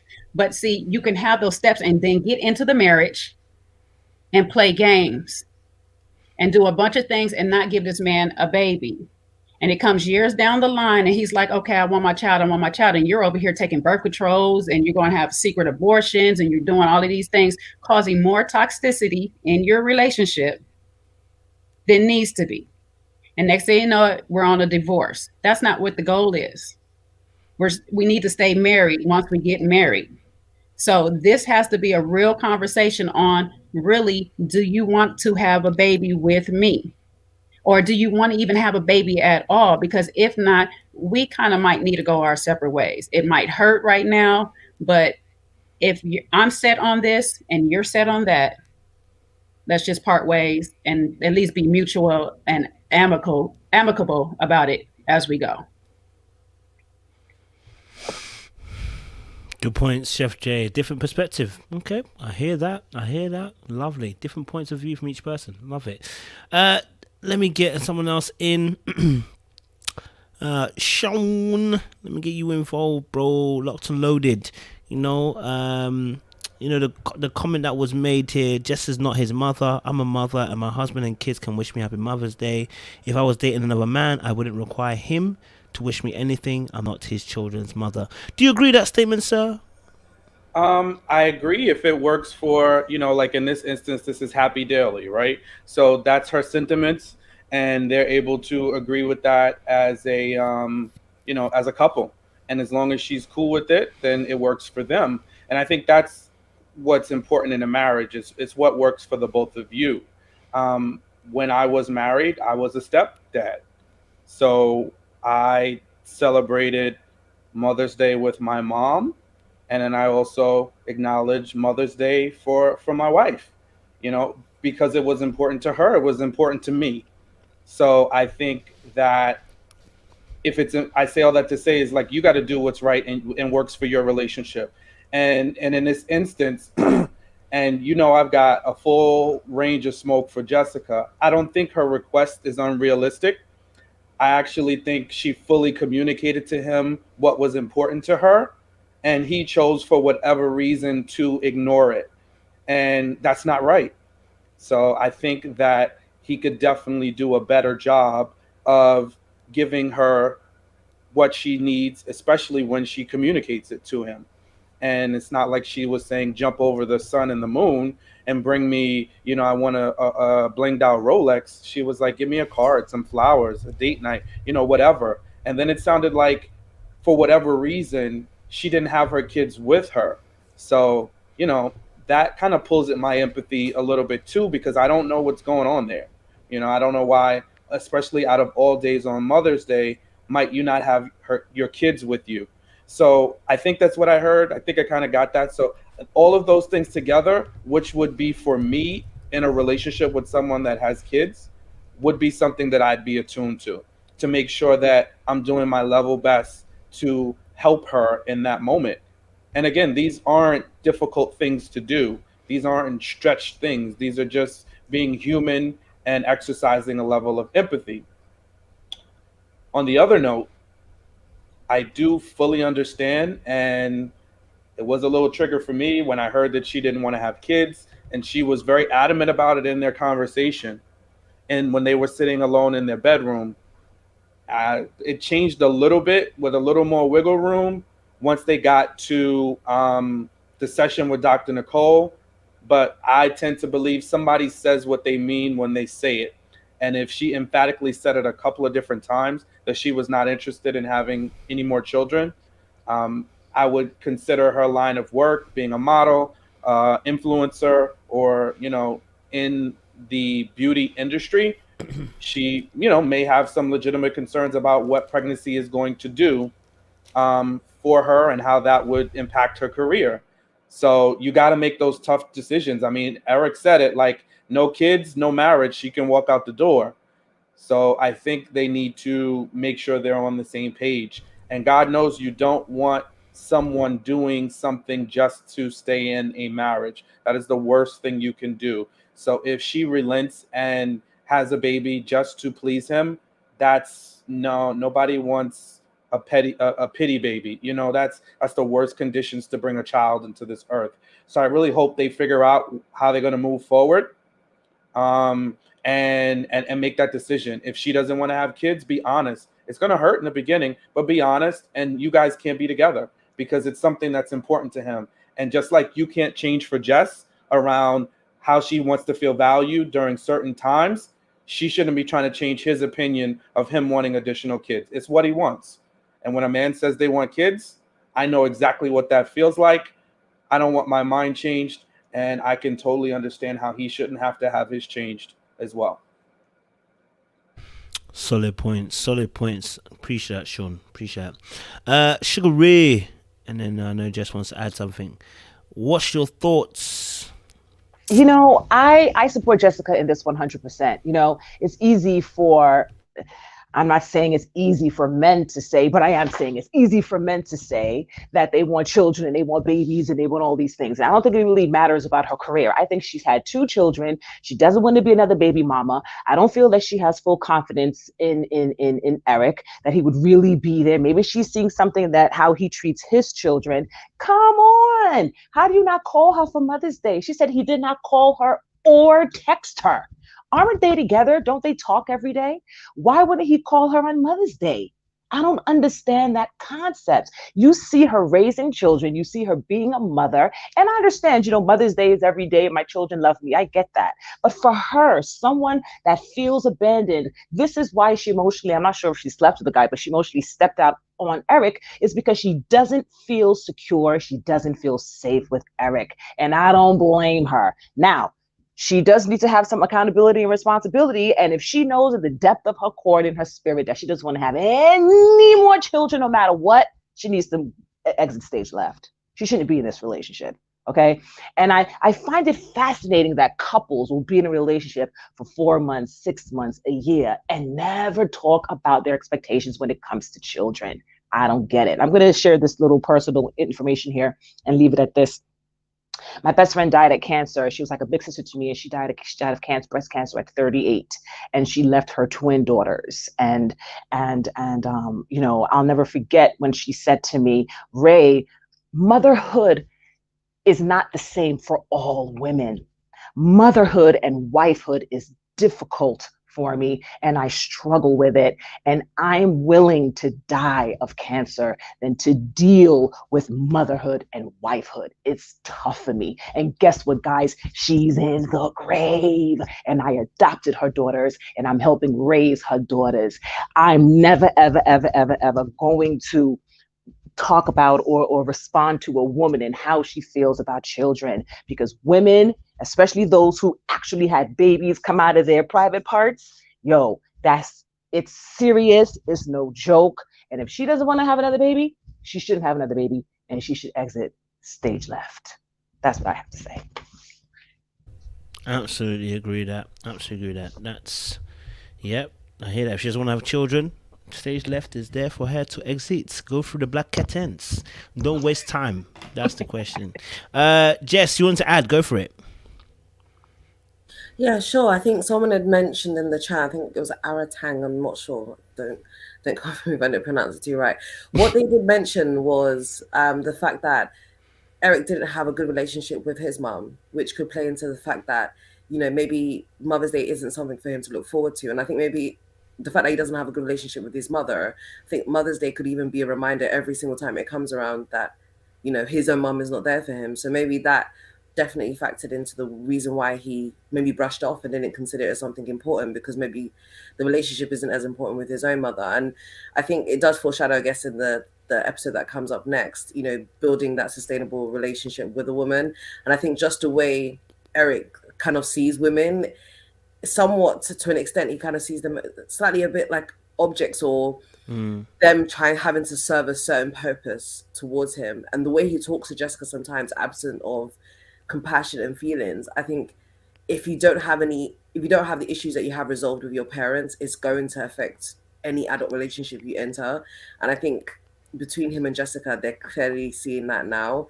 And another thing, just looking at like the way Jessica responded, it's like, one thing I've noticed with Eric is like he's becoming quite closer to Leilani. And one thing I'm seeing is the fact that, you know, with Leilani, from what it seems, it doesn't show that she has any children as of yet. But the fact that he made that comment to, one child, okay. The fact that he made the comment to sort of be ready to jump ship if she wasn't ready to have another child is a bit concerning to me, especially when you're on the show talking about getting married. So I feel like at the moment, I think for Eric, it kind of seems like maybe this relationship is a make or break. And I feel like if they're not able to tie in, you know, what he really wants out of this relationship, I don't think they will proceed to the next stage. Good points. Good points as well. Yeah, good points. I appreciate it. Someone made a comment, which will be really good as well. We need to speak about Jessica being adopted. She did not grow up with her mum, so motherhood means a lot to her. Brittany, raise your hand. You wanted to add? Go for it. Yeah, just kind of mentioned it already, but after listening to everybody and really looking at Eric's actions and what he's doing, and then seeing what's going to happen on the next episode, he wants out. I feel like he's just giving excuses. You know, when you think back to a guy you probably were with or a girl, and they keep bringing up like different options or things for you to make a big decision on, and part of you already knows they know the answer, and it's like, all right, why are you still asking me this question? You already know how I feel about this.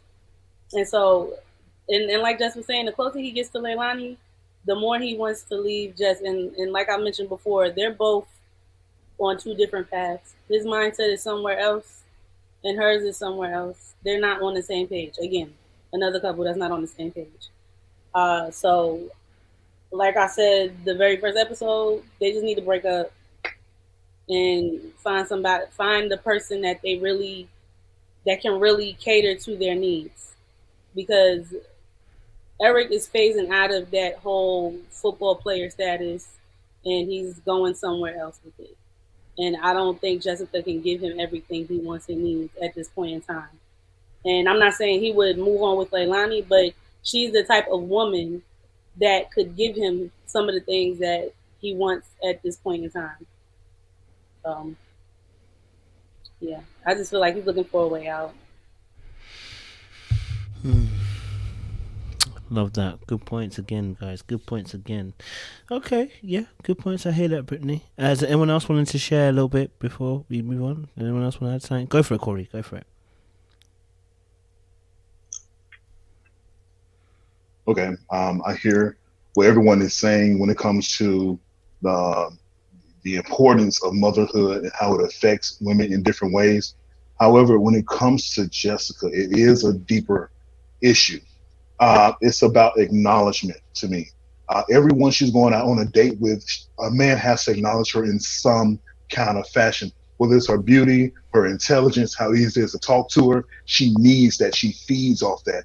This last date she went on, this man has told her that I'm into you, I like you, I'm attracted to you at least 100 times. Yet she still keeps asking him.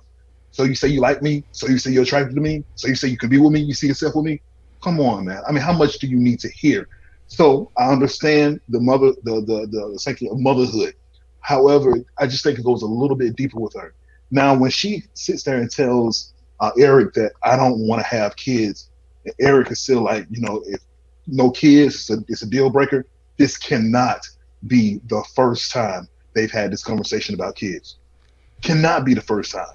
So something in him feels like he can make her change her mind when it comes to kids. Then it was something else. Another statement that he made. He said, if it's a boy, you don't have to worry about it. He's going to be with me all the time. So what if it's a girl? So now it's all on her now because it's a girl. You can't do that. That's not how it goes, bro. So to me, I think that it's in the best interest of both of them to split apart. But she loves him too much, and he feels like he's in that type of control where he can change her mind. So I think it's just a disaster waiting to happen.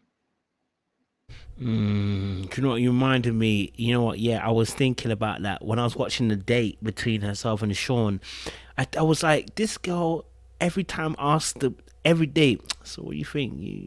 What do you think about me? And you know, like, hey, listen, hey, I'm not gonna blast her for that. But you're right. She does seek a lot of validation, and if that's happening in the relationship, that is hella annoying. Like, because whenever you say something, she will ask another thing like, are you sure? Like, is that what you really feel? And like, yo, after a while, that's tiring. That's tiring. You know what I'm saying? So I can see, I can see what you're saying there as well. And also, here's my thing I don't like about Jess that I'm starting to see, double standards. Eric does the same thing, but like I always say, they both tit for tat. Double standards, right? Because right now, you are on a date with a guy who's told you he wants you and likes you, and you're complaining that your boy is out here getting rubbed up. Listen, I don't see any difference between the two, right? Because when you're on a date with somebody who likes you and is telling you, if it goes any further, I'm gonna feel some type of way, is reading your palms and doing dark arts here. Let me read your palm, girl, please. I mean, that is like the oldest trick in the book. Let me rub your shoulders. Like, yo, my brethren, can you back off a little bit? You're closing the personal space, like. And she's allowed that to happen for the last day. He rubbed up her shoulders. Now, obviously, he's rubbing up palms. But you're going to get stressed about him getting rubbed up by Leilani. Because you're doing the exact same thing. Was you not rolling abs? Was you not stroking abs? And it's like, okay, these two do tit for tat. Like Dr. Nicole said, they do tit for tat all the time. And this is going to lead to destruction. Because one, she's already left the relationship once and emotionally cheated, if you want to call it that. So that's already a marker against her. Any more games is going to end in tears. Now, I don't know how Eric's going to deal with it. I don't know if he's really petty, that he would go out there and move mad just to get her back. I don't know if I see that per se, but he could, or he could just end the relationship. So this whole stuff that we're doing when we're on dates, for me, it's looking a bit risque, you know what I mean? It's looking a little bit risque, you know? So, yeah, Eric, for me, I think Eric's at the end of his tether, man. I'll be honest with you. I think he's trying to give her the ultimatums to get her out of there. I don't think he really wants to be in this relationship anymore. I think he wants to be put out of his own misery. I think he's not, I don't want to say, I dare not say he's not man enough, but I think he's not confident enough. I don't think he's assured enough to end it himself. It's almost like he wants her to put him out of his misery, right? It's like he's looking for something to really nail it in the coffin. And I definitely agree with the point about the getting married for the kids' sake. Like this, she was basically saying, I do not want kids. She basically was saying, I really don't want kids. It's like last resort. Her last resort was, if we do it right, then I'm going to think about it. But yeah, like Sean said, that is the most dangerous thing to hear someone say, because what's going to happen is, down the line, they'll be like, yeah, I'm not really feeling it no more. And can you force somebody to get pregnant? Yeah, that's tight. And if she gets pregnant, what's going to happen? It's going to be war. It's not worth it, mate. It's not worth it. Yeah, so I think this is going to have to, we're going to have to find, you know, different roads to head down, potentially. Does anybody else want to add anything before we go? I said before we go to the next topic. No? Oh, Dr. Nundi, sorry. Dr. Nundi, you there? Sorry, because I know you didn't have your mic on, but you did mention you were there. Dr. Nundi, you there? Dr. Nundi, are you there? Are you there? No, you're not there. All right, then. Cool. Let's move on to the most anticipated conversation of the century. We're going to be talking to you guys about, obviously, Alexia, Darian, and Kai, you know? Listen, Kai has revolutionized, put a ring in it. There'll be no... After this, I can see it. The next few seasons are going to be war. Right? Because I think everyone's been really respectful. No, I really do. I think even the men have been slightly respectful in the way they're going about things, and the women have been quite respectful too when they're dealing with the people them. But I think after what Kai has done, this could open the door for other people in other seasons to really push the boat. Listen, if I was going on the show, I'm going to do what Kai did. Why am I... If you're calling me on assignment, I'm going to do my assignment. You know what I'm saying? Like, if you want to put your relationship on jeopardy, you want to put your relationship on ropes, I'm not about to do respectful stuff. It's already disrespect for the fact that I'm there. So I'm going to make sure I go all the way. Call me a villain if you want to call me a villain. Listen, hey, I'm going to take that on. But you are here, I'm here, we are here, and we are together. So, you know, all this... Because people are, like, for me, if I'm dating you and you're reading, and I see that you're reading someone's palm, you're touching them, touching shoulders, touching abs, stuff like this, getting rubbed upon when you're with Leilani and stuff like that. If I saw that's a violation in my relationship already. But when we're now saying that's not the marker anymore. That's not the marker of madness. The madness is when you sleep with them. The thing is completely shifted and moved. The only madness that people are respecting now is if you sleep with them. It should be mad before we even get to that stage. People are rubbing people. Your man, Jess, can you imagine? Your man, 6 foot chocolate, being rubbed upon by another woman. Huh? Ray, can you imagine? Drew, Brittany, Chef J, can you imagine your man has been rubbed upon? Corey, can you imagine your darling babe? Rubbing abs. Oh, this is sexy. Would you not have something more to say? You would. right? So we're already in madness already when we're allowing that to be a normal behavior. Oh, we're just on a date. So I've said my piece and I've let my stress go now, guys. So I know some of you don't agree. Some of you are looking at me like I'm mad. All right, cool. So what was your kind of thoughts on today's episode dealing with Darian? First of all, Darian got caught in a lie. So let's apparently got caught in a lie because well, he did actually. The show actually showed that he got caught in a lie. But what was your kind of thoughts on? Should we go with Alexia first or Darian first? Let's deal with Darian. What's your thoughts on Darian?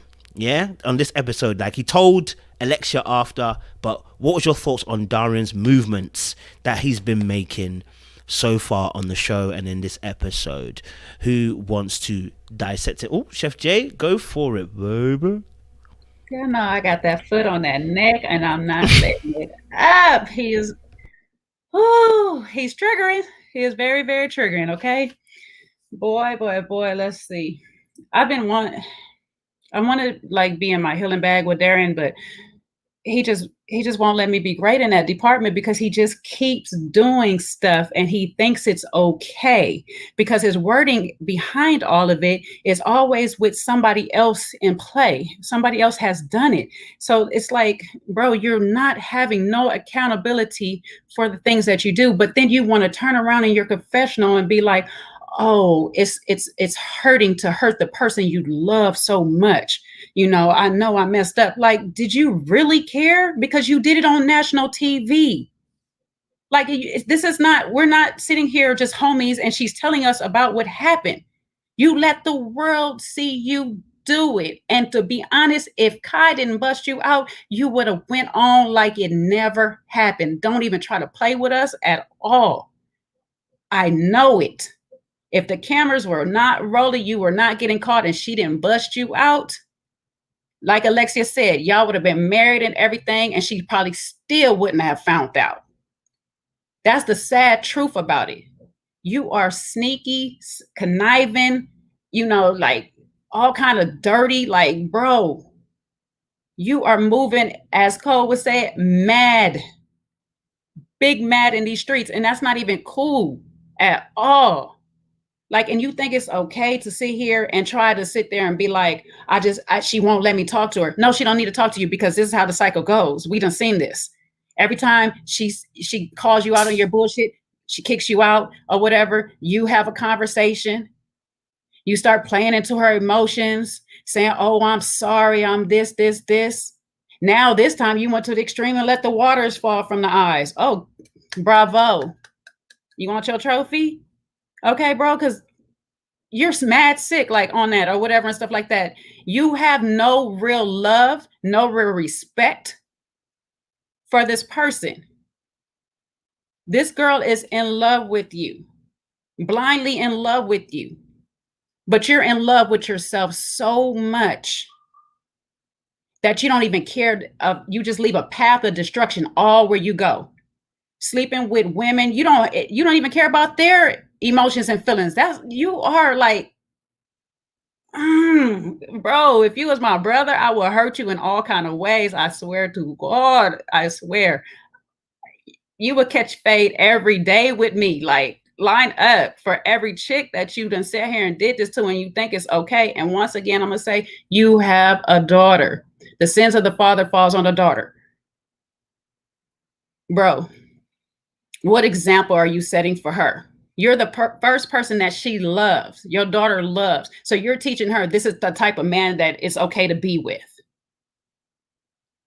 She's going to find a man that is just like you, depending on that love that she has for you.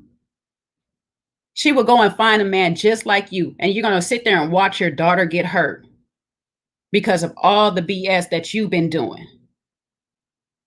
You are like total trash buckets to me. Like, bro, like, I can't even see what these women want to mess with you for on everything. Like, it's crazy. It is really, really crazy how you moving out here and you just out here trying to manipulate your way back into the girl's life. Oh, well, I'm gonna have to go home without her.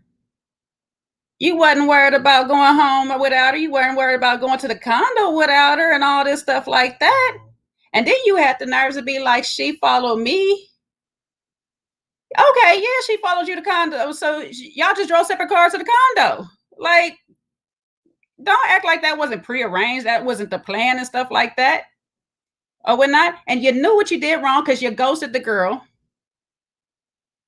Or whatnot. And then gonna sit here and come in her face, not even give her the respect to sit there and say, you know, hey, they production and Dr. Nicole made me do this. I wasn't gonna tell her, and shoot, and I sure wasn't gonna call you either. Like, damn, bro. I'm gonna say it like I always say: cheating ain't cheating if you're honest. So clearly, you knew you was cheating. You knew you was guilty, and you got caught. Good job. Go hang yourself.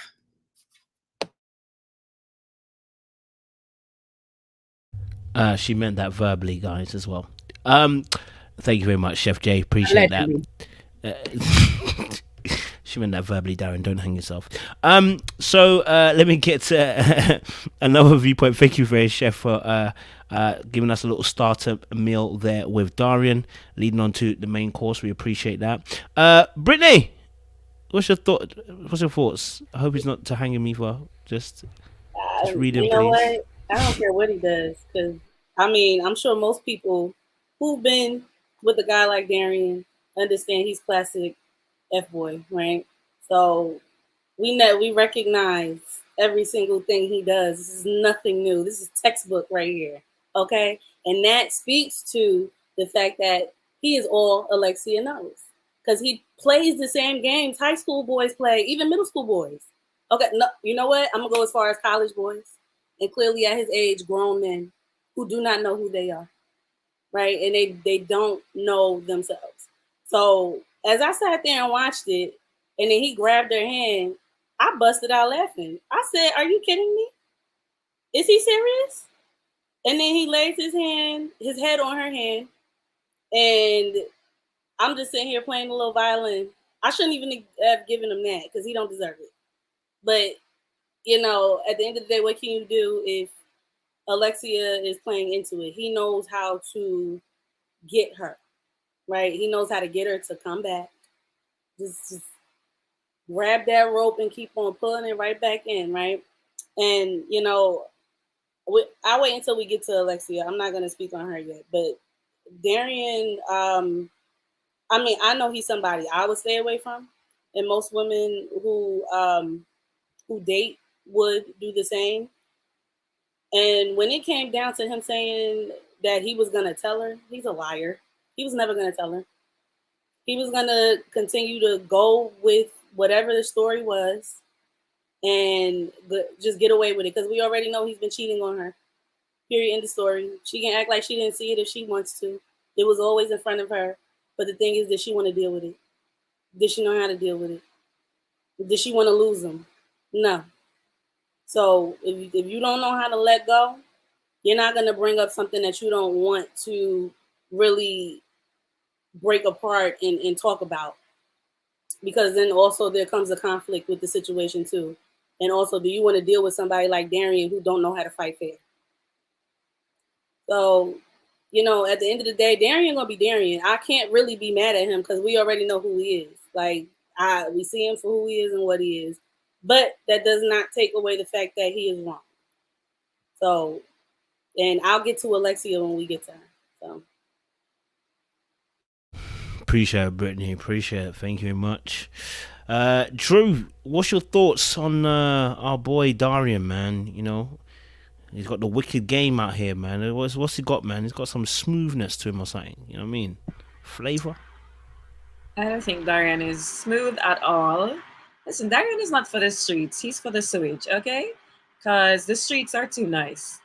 I do not see him as intelligent or Mr. Manipulative or anything like that. And I'm going to call Kai the teacher from now on, because she had a teacher. She out there and she was just, everything he said, she was like, rah, rah, rah. He was like, oh, I was going to call you. She was like, no, you had 10 days to call me. He was like, oh, he didn't want to embarrass Alexia. She was like, no, but you already embarrassed her. She was like, no, I'm not here for the foolishness. Because every excuse he came up with, she was just like, no, I'm going to light it up today. And that is the part about her. I think Alexia needs a bit of that little sprinkle of Kai, because she wasn't about to let him romance or romanticize her. No, where I do think that Kai and Alexia are, unpopular opinion, almost two sides of the same coin, because as much as she projects this, oh, I'm so secure and I'm so sure of myself, the fact that she allowed him to convince her that he would have been in love with her after such a short time, and she believed my condo is your condo. Really? She believed that? I can't believe that line worked. When she asked, what happened to my condo is your condo? Me nearly drop off of the chair. Me say, what she say? What she say like a while? I could not believe she said that. And so this energy that she had for Alexia in the end, like, you're only staying with her because, you know, you're only staying with her because you're comfortable. I said, you butt hurt, girl. You're hot. You're hurt. So I was just like, you know what? He is not manipulative. He just knows how to pick his victims. They are both very insecure women. And unfortunately, he uses that to his advantage. And he has the nerve to try and make it seem like, oh, you know, I was meeting with you. I was waiting to meet with you. That's why I waited the 10 days. Stop the lies. Stop telling the lies. We nobody don't believe that. Stop it. What do you mean? You are using the 10 days to clean up house so you could come here, manipulate Kai, and go back to Alexia, which that doesn't make any sense to me. It's like, oh, yeah, you know, I was out here distributing penis, but by the way, I sold the condo. Sir, what? That was not gonna work. Where? How was that gonna work? I'm finished with him. He's ridiculous. He can go back to the sewage. Nope. Oh man. Drew, they're calling for t-shirts, man. Get that on a t-shirt ready, man. I'll support the lion, man. It's not for the streets, it's for the sewage. We love it, man. The bar is not even in hell, man. I hear you. All right, cool. Let me get on. Jess, what you saying, man? What you saying about Darian? The words I have for this man, yeah, like, I want to compose myself, okay? Like, first of all, yeah, listen, his medulla oblongata is not obligating. It's not making no damn sense. Like, I don't understand. Wait, what? Listen, like, the guy has the emotional intelligence of a fetus. That's I can't. I just can't. Like, even the devil needs to stay away from that man. Like, that's how deep of, that's how much his behavior is hurting my destiny, because it's the fact that this guy behaved the way he behaved. He was moving not mad. Do you know what I mean? And then he was manipulating Alexia, making her feel like she was crazy for believing the things that she was believing. Like, he was literally showing the signs of him cheating, and then she was bringing it up to him coming back and saying, no, it's not that way. Even after he's been caught, like, humble yourself. Do you know what I mean? Like, you know what? I've been caught. I'm really sorry. You know what? If you want to forgive me, you forgive me. But I'm going to be honest and tell you everything you need to know about what happened. My man is still trying to lie about the lie. Like, how does a person lie upon a lie upon a lie? Like, I feel like when people were mentioning that he could possibly be a narcissist, I'm like, this guy is not even smart enough to that level to achieve such behavior. Like, he cannot even obtain that level of comprehension, in my opinion, because it's like he behaves in a way where, almost like in a childlike state where, you know, something doesn't go his way, I'm going to start an argument with you and then act the way I want to act and then justify it later. And the fact that Alexia was even entertaining the details of, okay, how they got to the condo, babe, this guy has already entered another woman. Like, I'm not even trying to hear how it happened, where it happened, the details on the way, the transportation I was taking. I don't care. The fact of the matter is that this guy has stepped out on you. Do you know what I mean? On live television. Like, this guy is like, bro, if you're going to cheat, just cheat in silence. Like, I'm not even, like, move sensibly. How do you cheat and embarrass her like this way?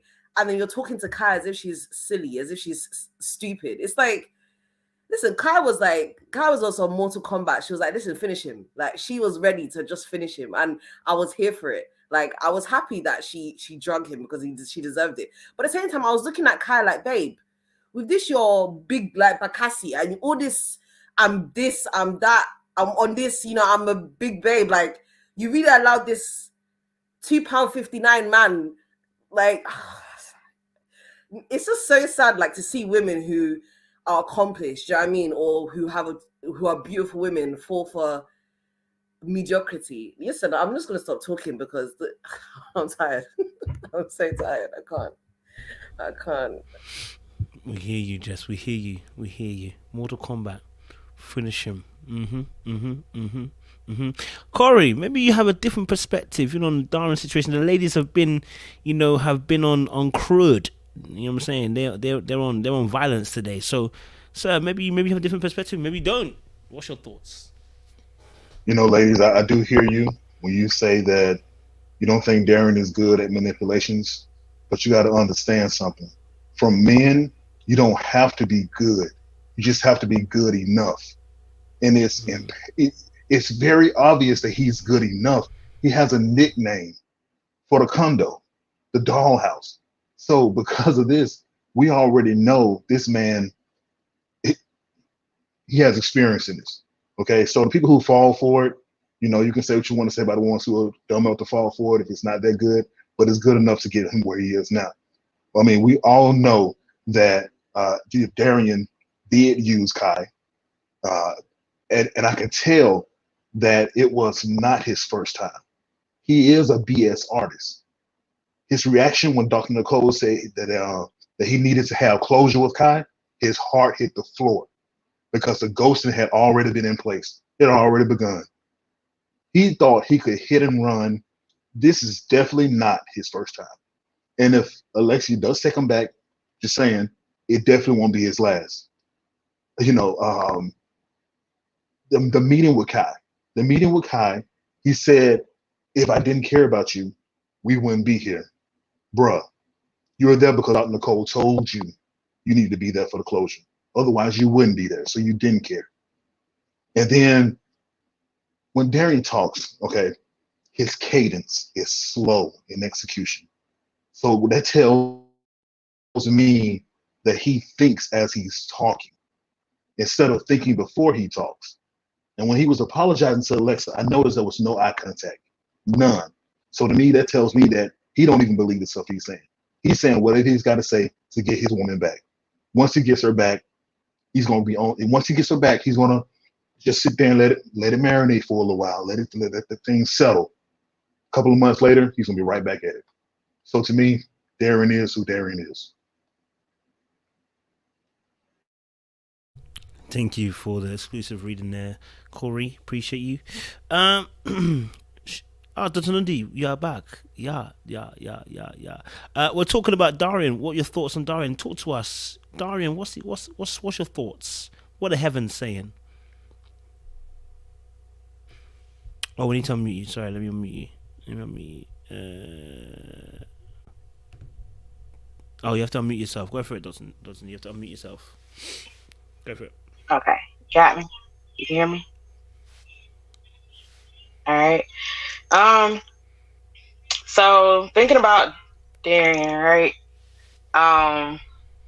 The scripture Isaiah 50:20 comes up to mind, where it says, "Woe unto them that call evil good and good evil." A lot of the things that he's doing is of dark arts, is evil, but he's calling it correct. He's calling it right, and it's not. That's why he doesn't have any shame. That's why, he walks in a level of pride. That's why it's not really an issue to him, because it's evil. It's wicked. You know what you're doing. You've been doing it for years on end. And even though Alexia said, she doesn't have the evidence, just like Dr. Cole told her, Trisha good. Sometimes when your gut or the Holy Spirit is speaking to you and telling you what it is, sometimes you don't need to know the whole thing.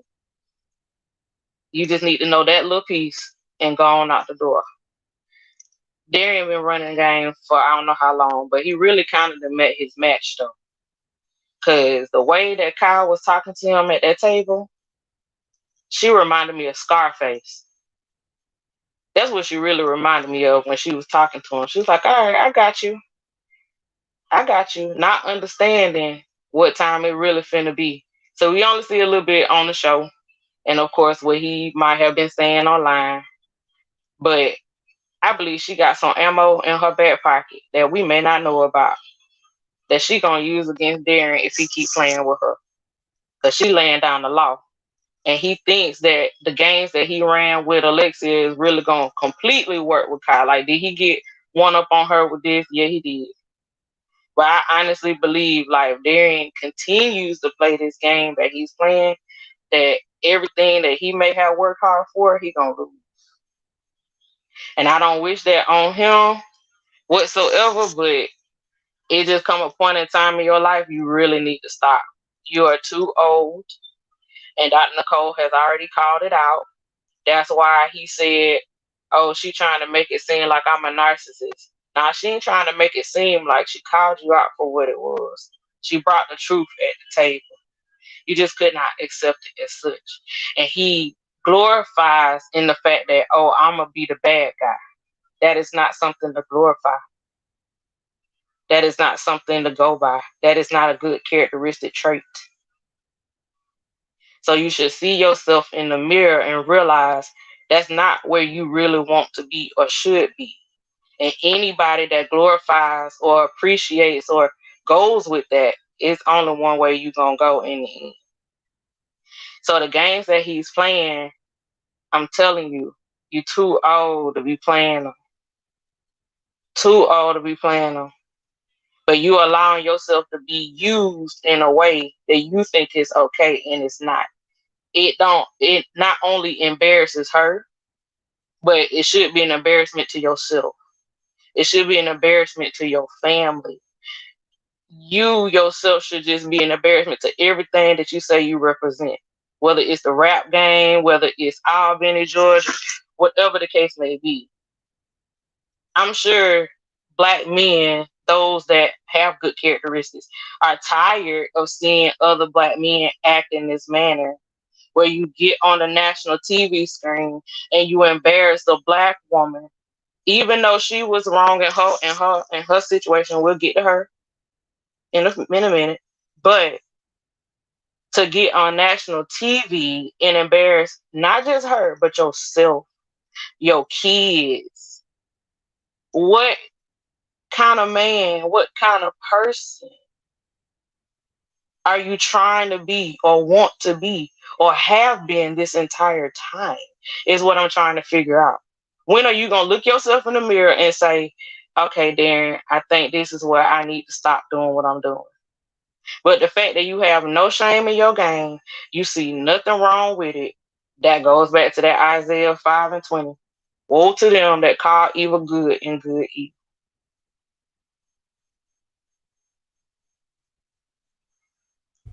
Appreciate Dr. Lindy as always. Spiritual. Ginger. No, I'm joking. Sorry. Yeah, spiritual. Appreciate it. Sorry, it's a WizKid thing. It's a WizKid thing. I appreciate that. Yes, let me get OG locked and loaded. Let me get your thoughts on Darian. What's your thoughts? So, I'll start with Darian did Alexia the ultimate favor by causing her the ultimate embarrassment. And then I'm going to go into what I think about him. But unfortunately, I'm hoping and praying that this is what it took for her to close the smoke chapter and move on to clear breathing. Because the smoke done got all in her lungs and Alexia couldn't breathe. She couldn't think. She was asphyxiated by smoke. So I hope she's breathing clearly these days, because she allowed him into her life for way too long, and he played way too many games. This is not the first time. This is not the first time this brother has taken another woman up to the condo, right? So just a couple of things that I recall from the episode that just stood out to me and let me know that this wasn't the first time something like this has happened, right? But she's getting direct evidence, which I know we're going to get into that later, about the specifics of exactly what happened and transpired with Smoke and Kai. So he said, I never lose. I never lose with Alexia. So that tells me they've had to fight some battles. Her instincts, she's called him out for something, and he slithered his way out of the situation. So this ain't the first time. This ain't their first rodeo. This is the first time it's up close and personal and well documented. So he can't slip out and she can't make an excuse. So that was a trigger for me, that this dude has been spinning stories, however rudimentary or lackluster these lies are. They've been enough to keep her on this hamster wheel for 14 years. And my dear Dr. Nicole, J-Dubs, I know you're not on the panel tonight. I know you're in the comments. I don't know if you're still out there. She had a lot of good things to say, but I need her to find a new book of analogies, metaphors, because the treadmill one she gave, I had to write it down because I just didn't understand. Maybe she was saying get off the treadmill, because a treadmill you can run, a treadmill you can walk. I didn't understand. I mean, if somebody else understood better, let me know in the comments. I'm open to feedback. That's who I am. That's what I'm about. So if you can explain that and break that down to me, anybody, I didn't get it the way she presented it. Maybe it's just me. I have a bias towards Dr. Nicole's metaphors. But I will say his feet were held to the fire because they had some great dialogue about why he felt like I still want to be there for her.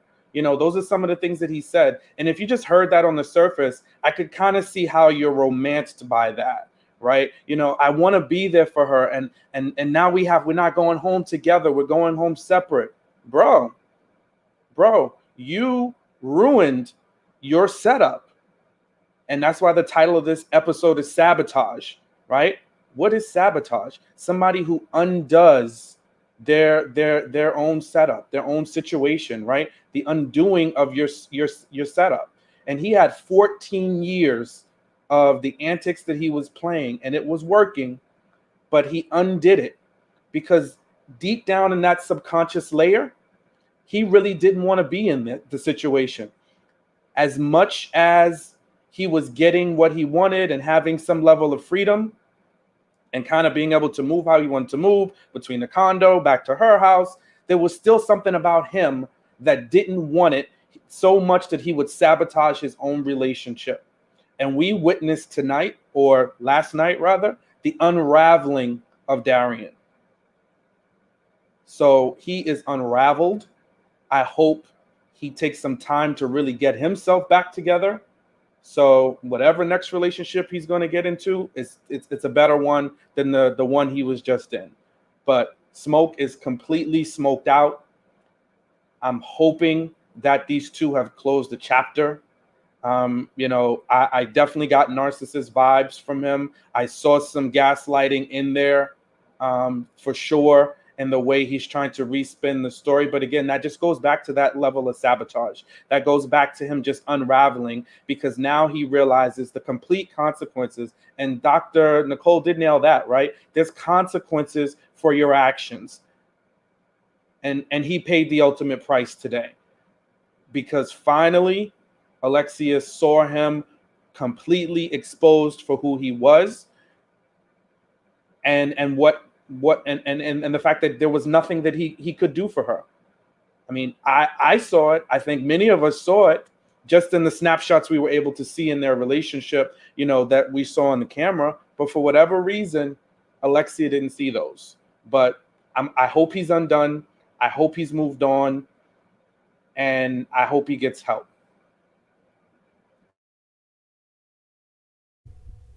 Appreciate that so much, Sean. Love those readings. Sugar Ray. Darian ain't doing anything wrong. Darian ain't doing anything right. Darian is just simply being Darian, okay? And Darian is not unraveled. Darian is going to get more punani than he's ever gotten his entire life, okay? He's going to have chickies knocking down his door to be with him, even after all of this, okay? So Darian, as far as I'm concerned, a lot of you guys may think he's not winning, but Darian is winning, Okay. And you see, I agree with Sean. I disagree with Sean in some parts, but I agree with him too, with the whole gaslighting, oh, I'm going to gaslight and act and make it seem like, this is good for me and I did Alexia a favor and this is the best thing. And, that's what he's going to do. But Sean is not Sean, because Sean is awesome. Darian is a typical dude, as I say from the streets, but Drew said from the sewer. That was hilarious.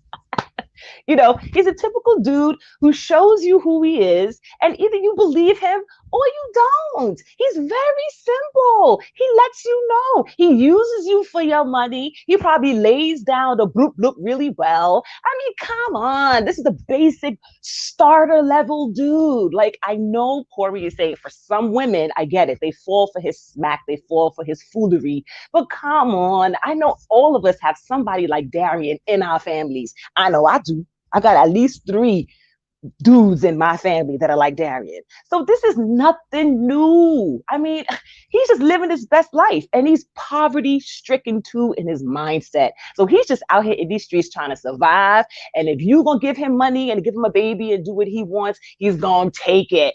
And guess what? If you let him take it, then what am I going to say? He's going to take it, and kudos to Darian. He's out here in these streets trying to survive. Okay. That's all I got to say. Thank you, Sugar Ray. Appreciate it. Love and blessings. Jess, you wanted to add on? You want to add on? Go for it. I think Sean mentioned something similar to that when he said that, I never lose. And I don't know, that when he made that statement, it was very chilling for me. And I was sitting there thinking, like, this is not a game. Like, this is someone's life. Like, you've really toyed with someone's entire life for 14 years. And one of your responses is, I never lose. And it just made me sit down and wonder, it's like, this guy's had 3 kids in the space of time that they've been together. I'm just wondering, how has he spun that narrative? So when she kicks him out, he just pops up with a baby and she's like, well, you kicked me out. So, it is what it is. So I'm just trying to understand, like, how does a man have 3 children in this space of time and is still able to continue this behavior, but convince you that you are the number one? And it just made me deep. Like, I don't even feel like he loves her all that much. I think it's just the fact of this whole main chick and side chick thing. I think the fact that she has a long-lasting career in basketball, she's the typical, trophy wife. You would want a woman like that to be on your forefront. And I think the baby mums on the backhand, I can guarantee you he's definitely jumping from baby mum to baby mum in between the times that maybe him and Alexia are having their off seasons, from what I can see. Another thing is just like the sexual health element. It's just like, bruv, it's like, you're out here doing all of these things, and it's like, are you not concerned for like your sexual health? Are you not concerned for like the kids that you're bringing into the world? It's just so sad, and it's just like to see this kind of dysfunctionality. It's like within the Black community, we already know this exists, and it's to portray this on like a national stage where it just further fuels that that narrative that Black men are absent fathers, or Black men can't be. Well, Black men cheat, clearly. But it's just really sad, like, if you get what I mean, like, to be on a fully Black show and not be able to see. It's like, bro, at least wait till the show is over to cheat. It's like, do you really need to, after 4 dates? It's really quite sad. And with Kai, it's really disappointing. As a fellow Black woman, it's just like, this man was in an entanglement or in a relationship or whatever. And it's like, you really allow this guy to sell you dreams in 4 dates. Do you understand what I mean? And it's quite unfortunate. And like you said, it just goes to show, that level of insecurity that she has. In her mind, she thinks she's better than Alexia, but it's just like, no, I don't even have words, man. I really don't have words. It's behavior you don't see realistically. It's behavior you don't see, but to see in forefront, it's nuts. Appreciate that. Yeah, just real quick. I think obviously Darian is a dangerous guy, isn't it? You know what I mean? I don't know what he's doing, but it's obviously working. You know what? He needs to face the music and heal from whatever his demons are, man. Because most of us guys, we play, we're young, we are being stupid, sex is on the agenda, And as you get older, you're like, bruh, can't keep doing this. It's lonely up in here. This is boring. Like, yo, like, we begin to mature, right? It takes a little bit longer for us guys to mature, ladies, unfortunately, right? But we take a little bit longer and we mature, right? He's now 40 plus. And dragging relationships. So it's not even just like he's having sex. He's dragging relationships. He's a user. That's literally what he is. He's just a manipulative user. And actually, he reminds the characteristics are kind of, you know, his characteristics when he's dealing with even Kai and dealing with when he said obviously to Kai, he said, listen, I thought you were trying to help me out. I thought you wanted to help me out. You know, and I was just like, yo, Donnie's not even trying to lie to you good. He's not even trying. I don't know if he's not capable of doing it or he's just really not trying to lie to you good. He's not even trying to make it elaborate. He's not trying to even give you the grand scheme of things. He really just be giving you the basics. You know what I mean? Like, he would give you the basics. But he definitely knows who to choose as his victims. Because this is all part of what we call the dark arts, right? As a wolf, you have to see which sheep are vulnerable, right? And men are literally looking at you women. I'm telling you, because I've done it myself, we are having conversations with you and seeing whose armor is weak. Which one of you's got lacking in confidence? Which one of you got self-esteem issues? Which one of you is willing to give up sex because you really want a relationship and you want someone to care for you, but you're willing to trade it for sex? Which one of you is on this? Because we are looking for you, right? You're the easiest one. Those who haven't got good boundaries, we're looking for you, right? Those who haven't been loved in their family and just looking to belong, we're looking for you. We're looking for all the women that seemingly don't emit. When I say emit a boundary where it's like, hey, look, this is what I want and I'm going to stick to what I want. If you're willing to trade what you really want for those few moments with me, I'm going to take it. I'm going to really take it. So, you know, this is unfortunate, but I've seen if I look, and this is obviously just going by some of the lives, I've seen some of our exes have come out, they've actually all got the same mindset. They're in slavery. They're in darondage. That's what they're in. They're in darondage. Okay? They're not bondage, they're in darondage. Okay? And they're deep in the darondage. Yeah? And the reason why is because once you see, there's a scripture that says, I'm trying to remember the scripture. It's about a man without spirit. It's like a city without walls or something like that, right? It's like you have to have a level of defense, a guard around your heart and your mind. Because whenever I'm trying to use dark arts, I'm attacking your mind. I'm going to get your body, but I want your mind. Because when we get this, the rest flows. So whenever I see these women that have come out the woodwork, the way they're talking, I'm like, yeah, you've been in slavery. You've been in slavery. He captured your mind. You were excited by the opportunity of capturing this big fish. You know, he gassed you up, made you feel special, made you feel nice, made you feel like you were the only one. Do you know what I'm saying? You know, then added the sex on top of it as well, which also makes it feel like it's special. You know, all of this kind of stuff. And you get wrapped up in the idea of something. I just watched a video with Mike Tyson, and he said that when I have sex, it felt like I fell in love with these people, right? But actually, he said, I actually lied to myself. I fell in love with the illusion of them feeling like they loved me. I said, Tyson, sir, we needed this wisdom years ago, but we like the fact you're bringing it now. And what he's explaining is, we actually lie to ourselves. And this is where I feel like we're going to go into Alexia, so we shift on to Alexia for this. That's where I feel partly Alexia was. I'm not sure yet if she's still there. We have to wait for the next few episodes, but I felt like she's still kind of there where she's lying to herself because she admitted herself she swept everything underneath the rug. Darian is looking for women like her who are willing to lie to themselves to trade in for someone like him. So it's specific woman he's going for. It's not everyone. It's specific woman. And listen, I love Kai. I love her energy, but she got caught up.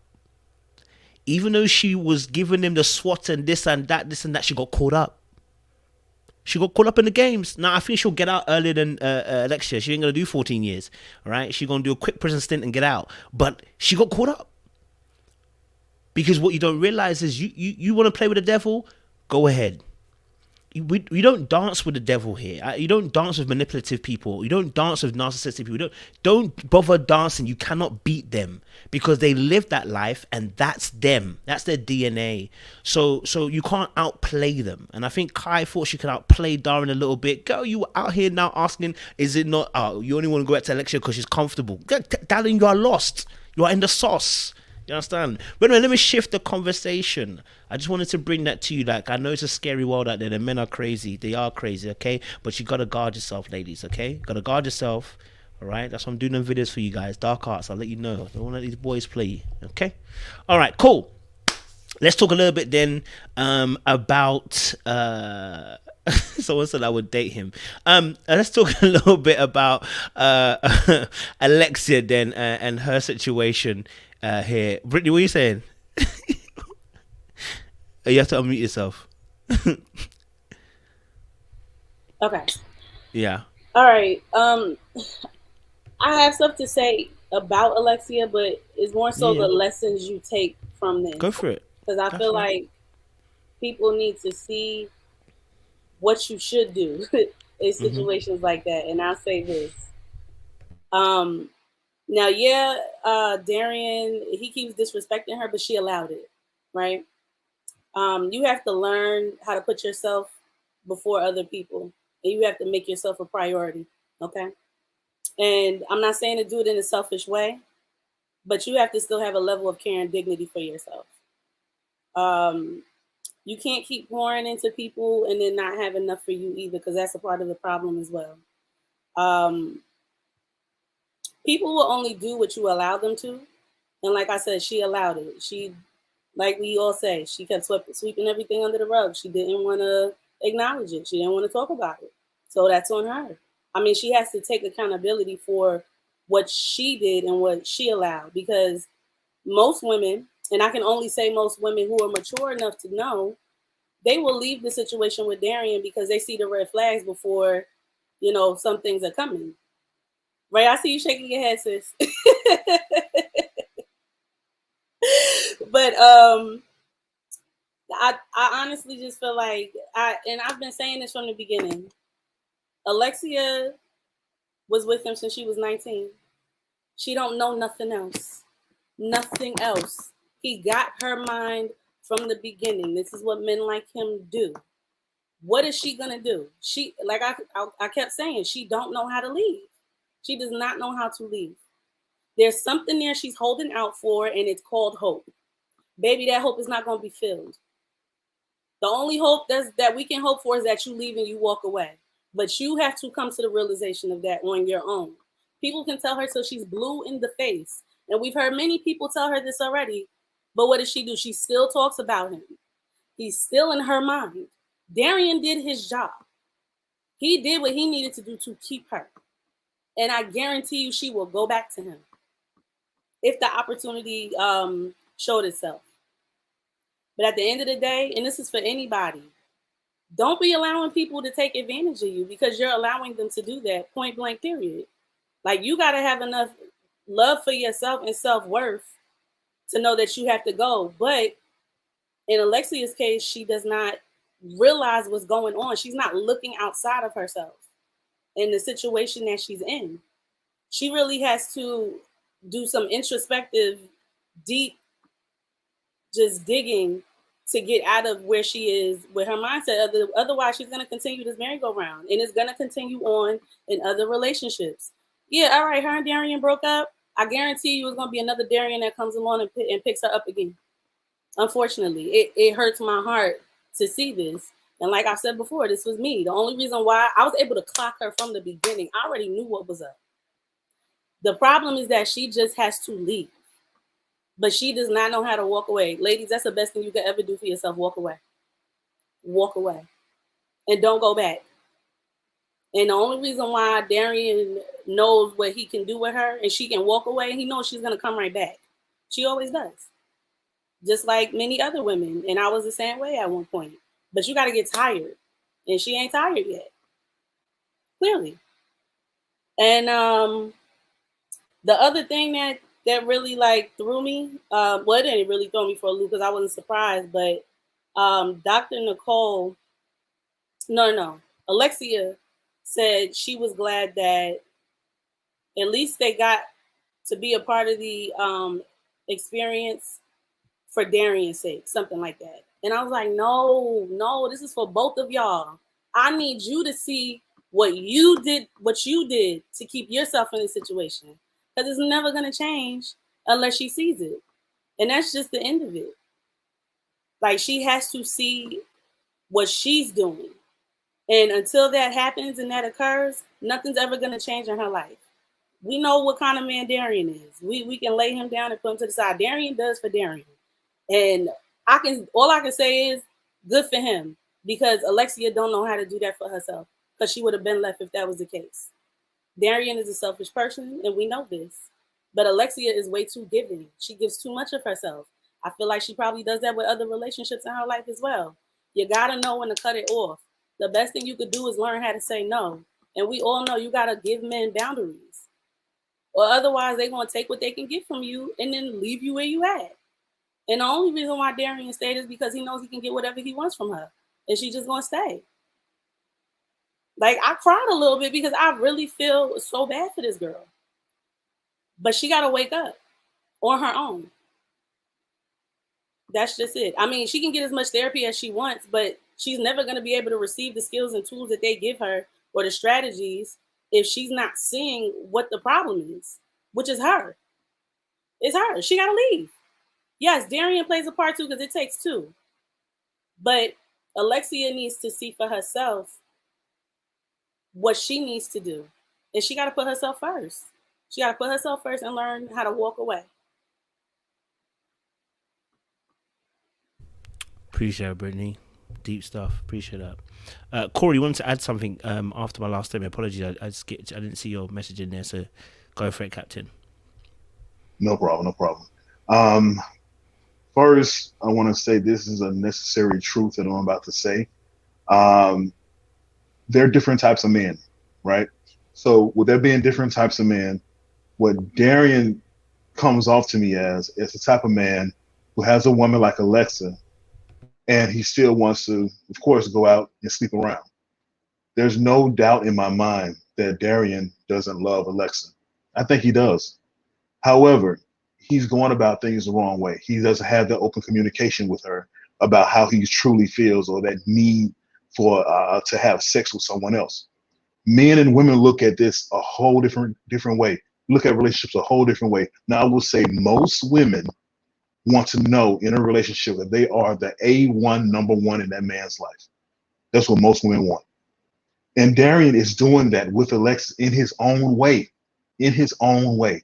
He cannot let her go. She is the foundation in his life.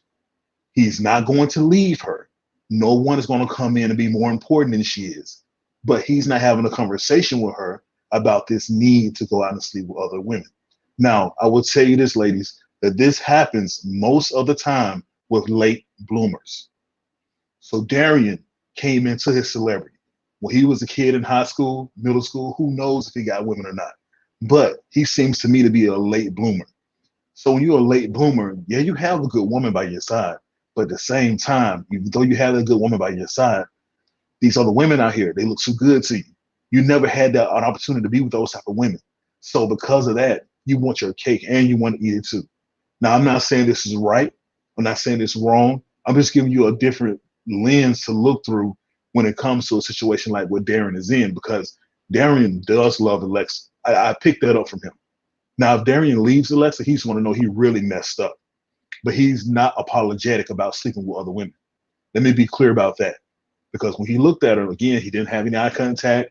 He didn't have any that remorseful type of vibe. It was because he got kicked out of the house. He living in a hotel right now, or the condo. So I just wanted to give you guys that different view as far as how a man looks at a relationship versus how a woman we're possibly looking to a relationship. Just my point of view. That's all. Appreciate different view. Drew, you wanna combat that? It's gonna be war tonight. Go on, Drew. I mean, I'm not worrying. I just simply wanted to say, if that's love, he can take it and jump off of a cliff with it. Because seriously, man, if you love someone, you think about them first. You put them first. Even if it's not unconditional love, if there is some type of love, you care about this person's well-being. So if you know that she puts you first, why would you want to put her through that? She looked absolutely distraught in this episode. My girl didn't even know what hit her. Okay, even when she found out that he cheated, she was still talking about, but I love him. I was like, eh? Then when he was there kneeling down by her, she can't even help herself. She was still taking care of him. She was wiping his face. I said, if it was me, it could have been blood tears. You would have died. Me, I wouldn't have touched him. So it's as though like she loves him so much. It's so selfless. Like she doesn't think about herself first. And for me, I don't think he loves her. Just even in the way that he expresses himself when Dr. Nicole tells him, say to her what you wanted to say to her since you guys weren't speaking. He got down, held her hand, and his whole apology surrounded him needing to come back to the home. Not, oh, I love you. I'm sorry for what I have done. I'm sorry for putting you through this. I'm lonely out here. I really want to come back to the house. It's just like me. I don't think he wants to come back because he has love for her. It's just like he said, she is his foundation, but I don't think it's a foundation of love. I think it's out of a necessity of needing her to be that person in his life, maybe that foundation, that structure, in whatever way she's doing it, maybe financially, emotionally. But I don't think he loves her. I don't think he respects her. Mind you, if it was even just the bare minimum of respect, if you're gonna be a hoe, you be a hoe in the shadows. You out here in these on the television, national television. So you went out of your way to not only be a hoe in the darkness, you brought it to the light so you could embarrass her. Okay, embarrass. We have to put a spin on it. It's not even just a regular embarrassment. Embarrassed her. Okay, like on TV. That's not love. I do not agree. That is no kind of love. In fact, I feel like he hates her.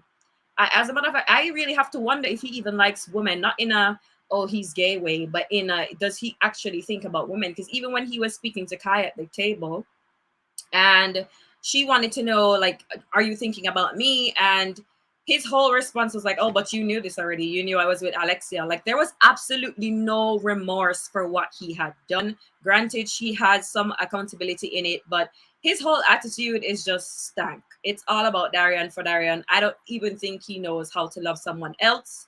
It's all about him. Maybe just I forget that off of my chest. I love that point. I want to even add a little bit. So I actually do agree with Corey on this one. I think he does love her. Now, what's his definition of love? That is a key thing.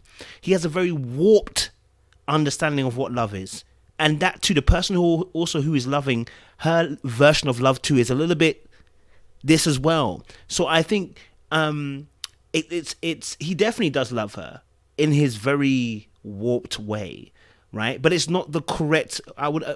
It's not the pure essence of love or what we understand. Like I love what Otununi put in there. 1 Corinthians 13. Love is kind. Love is patient. Love is enduring. Love covers a multitude of sins. It doesn't. It's not trying to boast or harm or be arrogant about it. That is the pure love that we should all be aiming for. What he's exhibiting is aspects of love, but it's very warped. It's very, very warped because he doesn't understand what really love is, right? But that's his version of love. But I do definitely think like he is intentional with his damage. It's not by mistake. No. You've been doing this for years now. There is no, I did it by mistake. Now you are intentionally trying to break somebody. Now he may not be thinking I'm trying to break Alexia, but what you're doing is intentionally breaking her. Every time you decide to go out there and go on them streets and do this and choose this woman and choose that woman, you are intentionally killing the person that you're with. Does he think about Alexia? Hell no. He doesn't think about her when he's doing it. That's what makes these people so dangerous. They're absent-minded of the other person. Shoot, when I cheated, I wasn't thinking about the other person either. But if you continue that mindset and let it fester, you will not care about it. You have to become emotionally devoid in that area. In order to do what he's doing, you have to actually compartmentalize what you consider to be faithful, true, what you consider to be kind. He will never see it until he begins to unravel these wires and actually begins to deal with himself that actually I've locked off part of me and I don't operate on a normal spectrum. I operate with a compartmentalized viewpoint, you know. So that's why I call him dangerous, because until he gets that healing, he gonna do this to every single woman he meets. He gonna use you, he gonna cheat on you, and he gonna destroy you. And at that point, the same person who does that is the devil, does the same thing, still kill and destroy. So he got problems, okay? So we ain't giving him no passes here, okay? He ain't get no freebies here. Who's next to talk about Alexia? Who's next? Jess, you're looking like you just want to read. You know, you want to just tell something to us. What are you saying, Jess? You see, when Alexia said that, I've never seen him cry before. I said, my friend, if I slap you, what does that have to do with anything? You've never seen him cry before. This guy has just cheated on you and you're still worrying about his feelings. You're still worrying about his emotions. I'm like, wow, this guy has done a number on this lady, you know. The fact that this guy is in the wrong and she's still putting his feelings over his. I'm just like, Alexia, what's going on? Like, what is really going on with her? And it's just really sad because when she was catching him in the lie, it was very frustrating because he was saying to her, like, oh, okay, yeah, no, this is how it happened. And she's like, no, this is exactly what she said. And I think I was watching one of your videos, Kojo, and you were talking about production definitely must have given her that information as to what happened, because the way he was trying to narrate it was different from how the situation happened. And it's like the fact that this man has cheated, there should be no form of rationalization for why he cheated. Do you understand what I'm saying? The fact that this guy has stepped out, you know, how many times and has had kids outside of the relationship, that itself should have told her that he's capable. And it's like, when she had a previous conversation with Dr. Nicole, like Dr. Nicole, all these metaphors and all these similes, and I don't even know what's going on. It's just like, just speak directly. If you want to tell someone what they're doing incorrectly, someone like Darian, I don't think is able to comprehend these level of metaphors. Just be direct. She's saying to Alexia ultimately that, you know, the signs were always there and whatnot. And I feel like it's the truth. Like, Alexia has been knowing that this guy is a piece of rubbish. And deep down, she just pushed it in a corner because she physically hasn't seen the evidence. But like one of the ladies said earlier, it's like intuition is a very strong thing. She's known from the times that, you know, he disappears for hours, he's not checking in, from the times that he doesn't call her, from the times that, you know, he travels out of town and it's just remote silence. She's known that this guy has been up to no good. Do you know what I mean? And I feel like she's continuing to convince herself. And I think we shouldn't be as hard on her in comparison to how a lot of people have been hard on her, because you have to understand at age of 19, you haven't even formulated a lot of your emotional and mental sort of compasses generally for relationships. So I feel like he definitely preyed on her at a young age. And I think going up until adulthood, bruv, if you've lived a life of dysfunctionality, I've experienced it from childhood. When you live the life of dysfunctionality, you become so used to it that you don't even know what's dysfunctional and what's normal. Do you know what I mean? Even normal things seem abnormal to you just because you're so used to being, even when you're that moment that she's left him for even maybe a few weeks, she's probably missing that toxicity, that inability to argue with him and go through this back and forth. And I feel like therapy, yeah, she's going to need therapy, but she's also going to need family, friends. Like, I don't know where her family and friends are. Like, where are they? Because this kind of behavior for 14 years on and off, ultimately, I think she definitely needs to do some deep soul searching, in my personal opinion, and she needs to cut him off completely. Like, you can't understand a man of a cheater when this guy's not cheating on you because there's something you're not doing. He's just doing it because opportunity. And I think that's something I've come to learn personally in dating myself. Like, a lot of men will move mad or do whatever they want to do, not because they don't like you or they don't care for you. It's because, listen, they've seen another girl and they don't have that mental, control, or that self-control to say, you know what, actually, I'm good with what I have. They want to, as rightfully said, have their cake and eat it. And I don't think he went out of his way to say, you know what, I'm going to mess this lady up. I just think he said, you know what? He even said it. Alexia knows what I like. What does that mean? Like, my man saw big bum and his brain was confused after that. Do you know what I mean? So I think, bruv, even her shape, bruv, it's mad. Like, anyways, I can't fault him, but at the same time, he's in a relationship. He knows what he signed up for. And Alexia trying to put blame on Kai and say, well, Kai should. I'm looking at, are you on crack? Like, what do you mean? Kai should have known. Like, Kai has no loyalty to your man whatsoever. Kai could have met him on the road and never even known he was in a relationship unless he was in the show. Do you know what I mean? Ultimately, yeah, she did a certain thing. She did things wrong, but she doesn't owe any loyalty to Alexia, in my opinion. And that's just personally what I feel. Appreciate Jess. Thank you very much. Big butts can make men into small boys. So, Sean, what was your thoughts there? Again, I want to ask. Okay, so Jess kind of touched on it, and I want to ask this question to you, Sean, and maybe Jess can reply a little bit after you finish your sentiment. I hear this. Obviously, she was 19, right? But they had huge gaps. She did not stay with him the whole entire time. She's only 14 years in. I hear that. But she actually wasn't 14 years in. There were huge gaps where she went away, went overseas. She dated other people, she said as well, on one of her lives. She dated other people as well. So, and she said it proudly with her chest. I dated other people. So, girl, you ain't stayed in Egypt the whole entire time, okay? You ain't been in Darondish the whole time. You had time to acclimatize and see other places. So I'm asking a question, and maybe I'm being too harsh. I'm asking a question: Can we give her a pass because she had been with him since she's 19? Is that still a pass? Do we give her that grace then because she's been with him since she's 19? How do you see it? And then give your rendition, sir. Sure.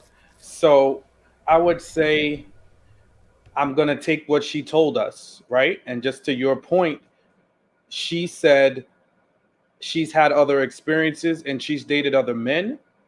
So I need to take that for what it is. So that means you've had opportunities to be without him. You also admitted that during some of those breaks, he had kids, right? Kids with 2 other women. So that's enough. How much clarity do you need? And again, you self-admitted that it was during a break, but how many breaks and how many break babies are we doing? Like, when is the limit? When is enough? When is it enough to jump off the train and realize, you know what, this train is going in a direction I don't need to go into, right? I'm channeling Dr. Nicole. So I hope that landed. But, I think that, look, I really don't. And you know what, for me, Coach, this is what I see from her, and I've been seeing, whether it's in her confessionals or in her IG lives, it just keeps coming back to pride comes before the fall for me. That's what I get with her. It's that ego, that hubris, and I get it. She brings a lot to the table, not to trigger anyone. There's a lot that she has to offer. And whether it's her athletic acumen, her career now working for the Hawks, she's got a lot to offer. So I think there's something working in her where she can see that this situation is not looking good from the optics. So she wants to justify why she's been in it, right? I've had no direct evidence. Ma'am, what did you need? You needed a stripper to jump out of the room and say, "Hey, it's me. I'm here. I slept with Darian." Like, what type of direct evidence do you need? You don't know where he is. You've said several times that there's been inconsistencies in the communication. Something's not right. He's had several kids, and I feel like a broken record at this point. But, I do have empathy because I do feel bad that this is a situation that somebody is in. I don't know her. I'm watching her on the screen, but I feel bad that these circumstances, but I got to come back to what are you showing me that this is somebody that I should feel a complete empathy and just toss it all on one person?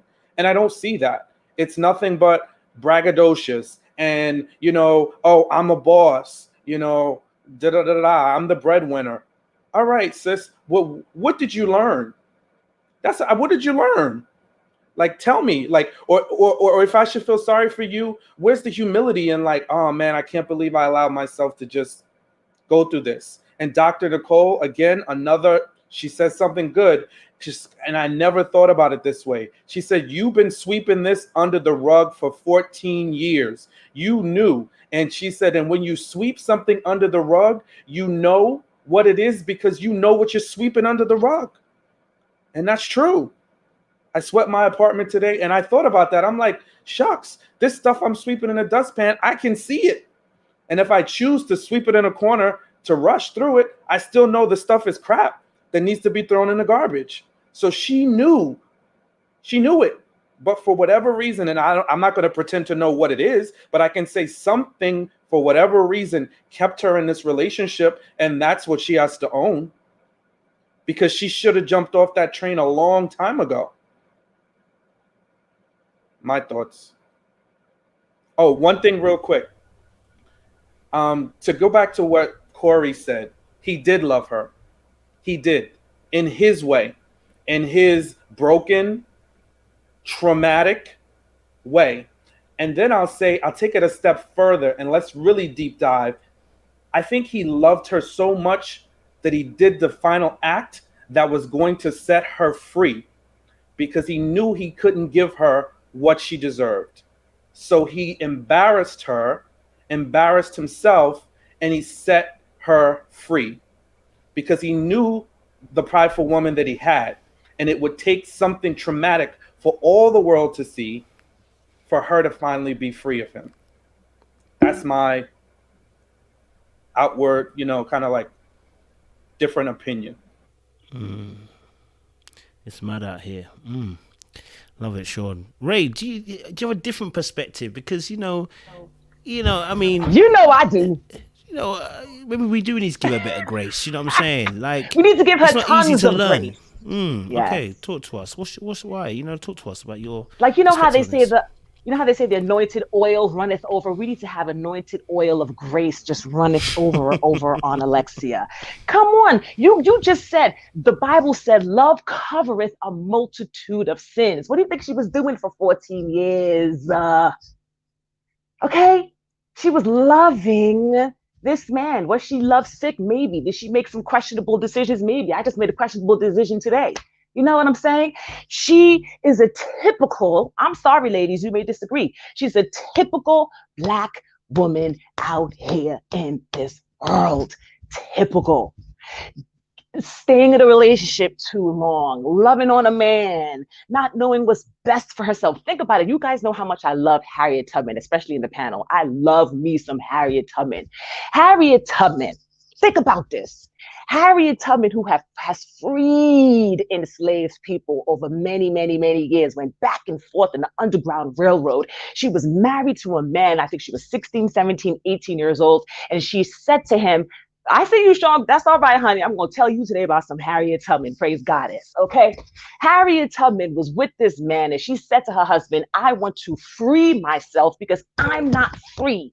You're free, but I'm not free. He said, but who cares? I'm free. You don't need your freedom. Yes, I do. And when she told him of her plan to escape into freedom, he went and told the white massa on the plantation, who then came and beat her almost to a pulp and put her in a coma. Did she eventually free herself? Yes.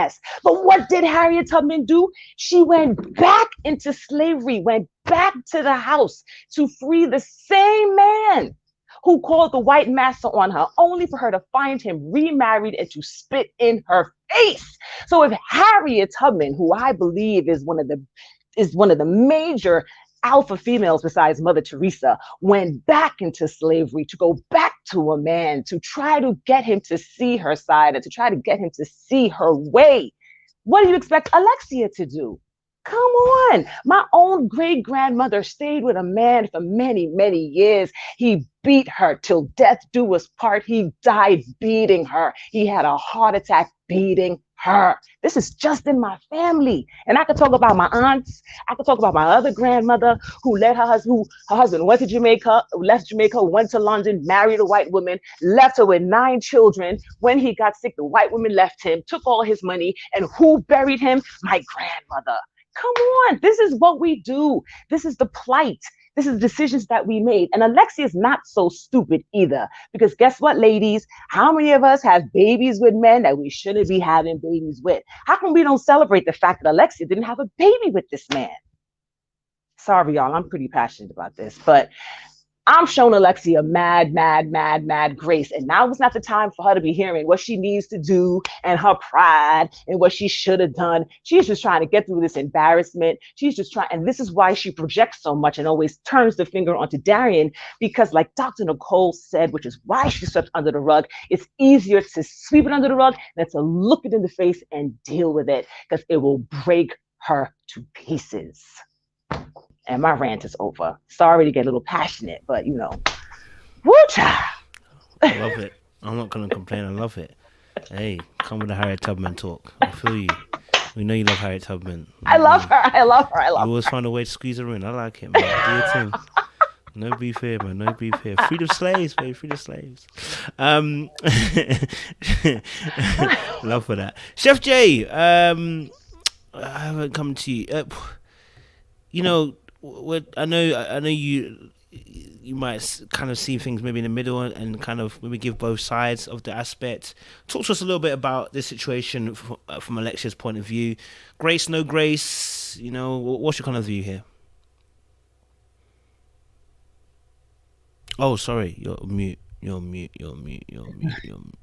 Okay, I'm gonna say, first of all, good choice of a person, Ray. Harriet Tubman need to come free Alexia from Darianage, whatever it's called. I have like a few analogies or whatnot. So y'all stay with me on this, okay? My mother told me once before, she said, don't go looking for anything you're not ready to find. That's when in most cases, in most relationships, meaning that if you are somewhat in a good relationship, don't go searching for problems. However, I feel like Alexia is on the other extreme of that she don't want to find the problems, so she don't even acknowledge the problems, or like they say, sweeping them under the rug or whatever. Your female intuition lets you know anytime a chick calls, when the baby's popped up, when you go out and somebody approaches you, something's going on. And I don't doubt that she ever came to Darian and asked him or whatnot. The problem is she never questioned whatever he told her. She took whatever he said to her and ran with it. And I could tell you that she did that because if he'd have sat there and Dr. Nicole never stopped him from holding her hand, it would have been that same cycle that he's been doing. He's been sitting here caressing her, holding her hand, and baby, you know, I just want to be back in the house. I want to be back in the house. The thing that killed me with him, he even said, it always works in my favor. The arrogance he had in that moment. And if that didn't click in her head, like, bro, are you serious right now? You embarrass me on national TV and you're going to have the nerves to say it still will work in my favor? Like, come on, bro. That is like the craziest thing ever and stuff. But I had to think of a metaphor earlier for what mind state Alexia is in. And it had hit me. She's in an institutionalized mind state. I had friends that used to go in and out of jail or whatever. They would stay in jail so long that being on the outside felt scary. It was crazy to them. And we have a saying in New Orleans where a person is not the lonely type. Both her and Darian is not the lonely type.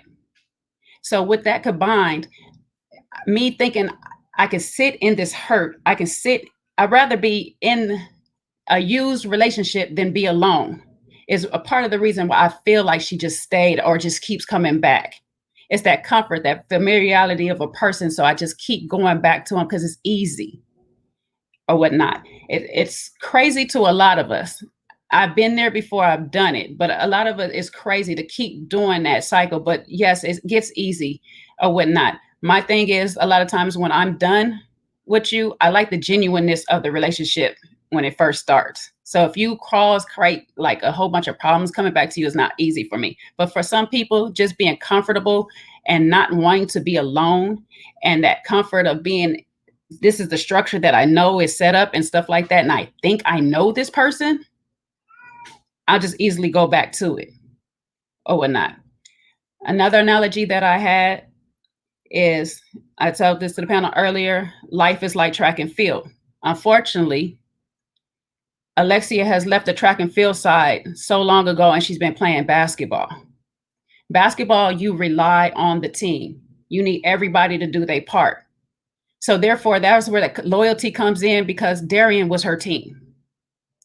She wants him to, play his part, do his role, so we can get the championship ring or whatever. But when he don't pass the ball for her to shoot, when he not guarding his man to stop them from getting to the hole, it's always going to be an issue. And instead of blaming him, because it gets hard in a team sport just to blame the individual, even though it is the individual messing up, it always falls either on the quarterback, the captain, the coach.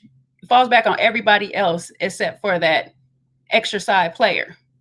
So she's the captain in this situation. So she keeps taking the blame or whatever and stuff. Maybe I didn't motivate him right enough. Maybe I didn't do this right enough. Maybe I didn't go here right enough. And it's like, no, baby girl, at this point in your life, you need to be running track. It's a team sport still. But in your case, you have your position and he has his position. Or like we like to say, event. He needs to go run his event. Okay. And you go run your event. And if he gets the gold and I get the gold, then we both go home together with the championship. But if he doesn't do his part, I still got my win because I did what I was supposed to do for the team as well as for myself. And that's the scarier part that I have with Alexia, is there was some accountability on not paying attention to the signs. But like Sean said, what did you learn? Yeah, Ray, you want to say we can't sit here and push her to that point right now, but no, we kind of have to push her to that point. I'm not saying she's going to get there, but you have to be pushed to that direction on what is it that you learned for this relationship so you won't repeat the same mistake. It's about breaking cycles at this point. You're going to walk into the next relationship with the same toxicity. And then you're going to either blame the next person for the last relationship, or you're going to let the next person do the same thing the last relationship did. And you're going to create more toxicity in the new relationship. This person might be coming in with all the love and things that you need, and you might not see it because you're so jaded right now. You have to learn from the relationship. You have to allow yourself time. In this moment right now, yes, she may be giving herself the time to really reflect and see what happened and see what went wrong in her on her part. Yes, she may be doing it. But okay, I'm not going to put the lives into it. So we're just going to go there. We're going to stay right there. I'm not going to say what the lives say. Oh, you can say it. The lives are part of the show now. I know the lives are part of the show, but I'm trying to it's the lies for me. I'm sorry. It's the lies. It's the behavior in the lies. It's not showing me that you have sat there and took any accountability, not even take accountability for that. You haven't even forgiven yourself for your role in that. You have not said a prayer to yourself and said, you know what, God, I messed up right here. Forgive me so I can be released of this pain, released of all of this torture that I have put myself through by standing by this man and my loyalty. I was not wrong for being loyal. I was not wrong for that part, but I was wrong for being loyal to the wrong person. And that's the only thing you have to do right now, is just like really own up to your part so you can move forward with a clean slate for the next relationship. That one that is meant for you. God opened these doors by this TV show, and I'm sorry that it had to go down this way. This is so embarrassing. I don't care what nobody says. If it was me, my whole world would be devastated right now. Or whatnot. It was devastated on the little platform that I had mines on. So I can only imagine. So I'm sorry that it did have to go down this way. But honestly, you have to take from this, grow from this, learn from this, heal yourself, close this chapter completely. You know, just like completely be dead. Like, I love the fact that you guys wore black at this last meeting, because this is why I said some relationships have to be a death.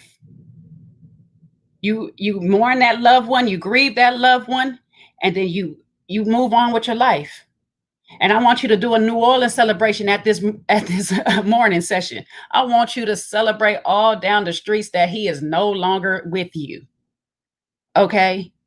You cheers, you praise and stuff. You look at all the memories that you have, the good times, you hold on to that. You learn from the bad times. My girl, her says it better in her song. You either learn me or you be a lesson or whatnot. You either learned him or he was a lesson. Please take this lesson that this man has given you. Heal yourself, grow, move on. Be blessed.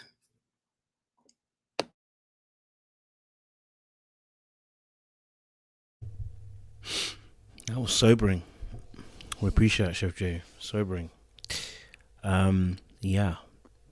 I actually hear you. So I actually hear you. You know, I do agree with the ladies here. We do have to give her some grace, right? We have to be able to give her some space to. I think we need both. I think we need a party also that are gonna push her to accountability. We also need a party that are gonna give her the grace also to have space to also develop, learn, and grow.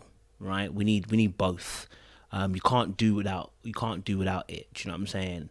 And I just say that just because obviously I do understand that being locked into a relationship like that, you know, it is hard to get out of that mindset. It you know what I mean? It's hard to get out of that mindset, and you know, not all of us have gotten out. You know, not all of us get out early, right? A lot of us have been in those situations. We got out early by the grace of God. You know, you found some strength. A friend told you, or something like that. Someone was there in your corner, and you managed to come out of it early. So I definitely do hold that space for her as well. So, you know, my only thing is, as Chef Jay was saying, was she's not there yet. Judging by the lives, the way she shifts blame onto a third party who has no loyalty to you and your relationship shows me that we still need to do a little bit more self-reflecting as to what in terms of where you are in the relationship and what you've contributed towards it. And I think that's where I would like to see her come to. So I'm gonna hold that grace for her. I'm gonna open that space for her to have that grace to say, hey, sis, you know what? You need some healing, and we're gonna hold that grace, right? But what you ain't gonna do though, what you ain't gonna do is put the blame on somebody else. Okay? That's what we're gonna say. Yeah, we're gonna hold your hand and say, baby. Okay. Now, I want to ask a question, because obviously this is a three-pronged attack. So it's Alexia, it's Darian, but there's a third party in this whole scenario, and this will end the night on this. There's a third party in this scenario. There's Kai.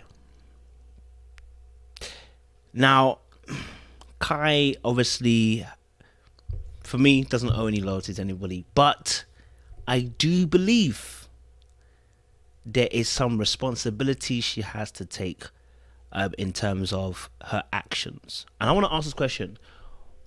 She knew that obviously he was in a relationship.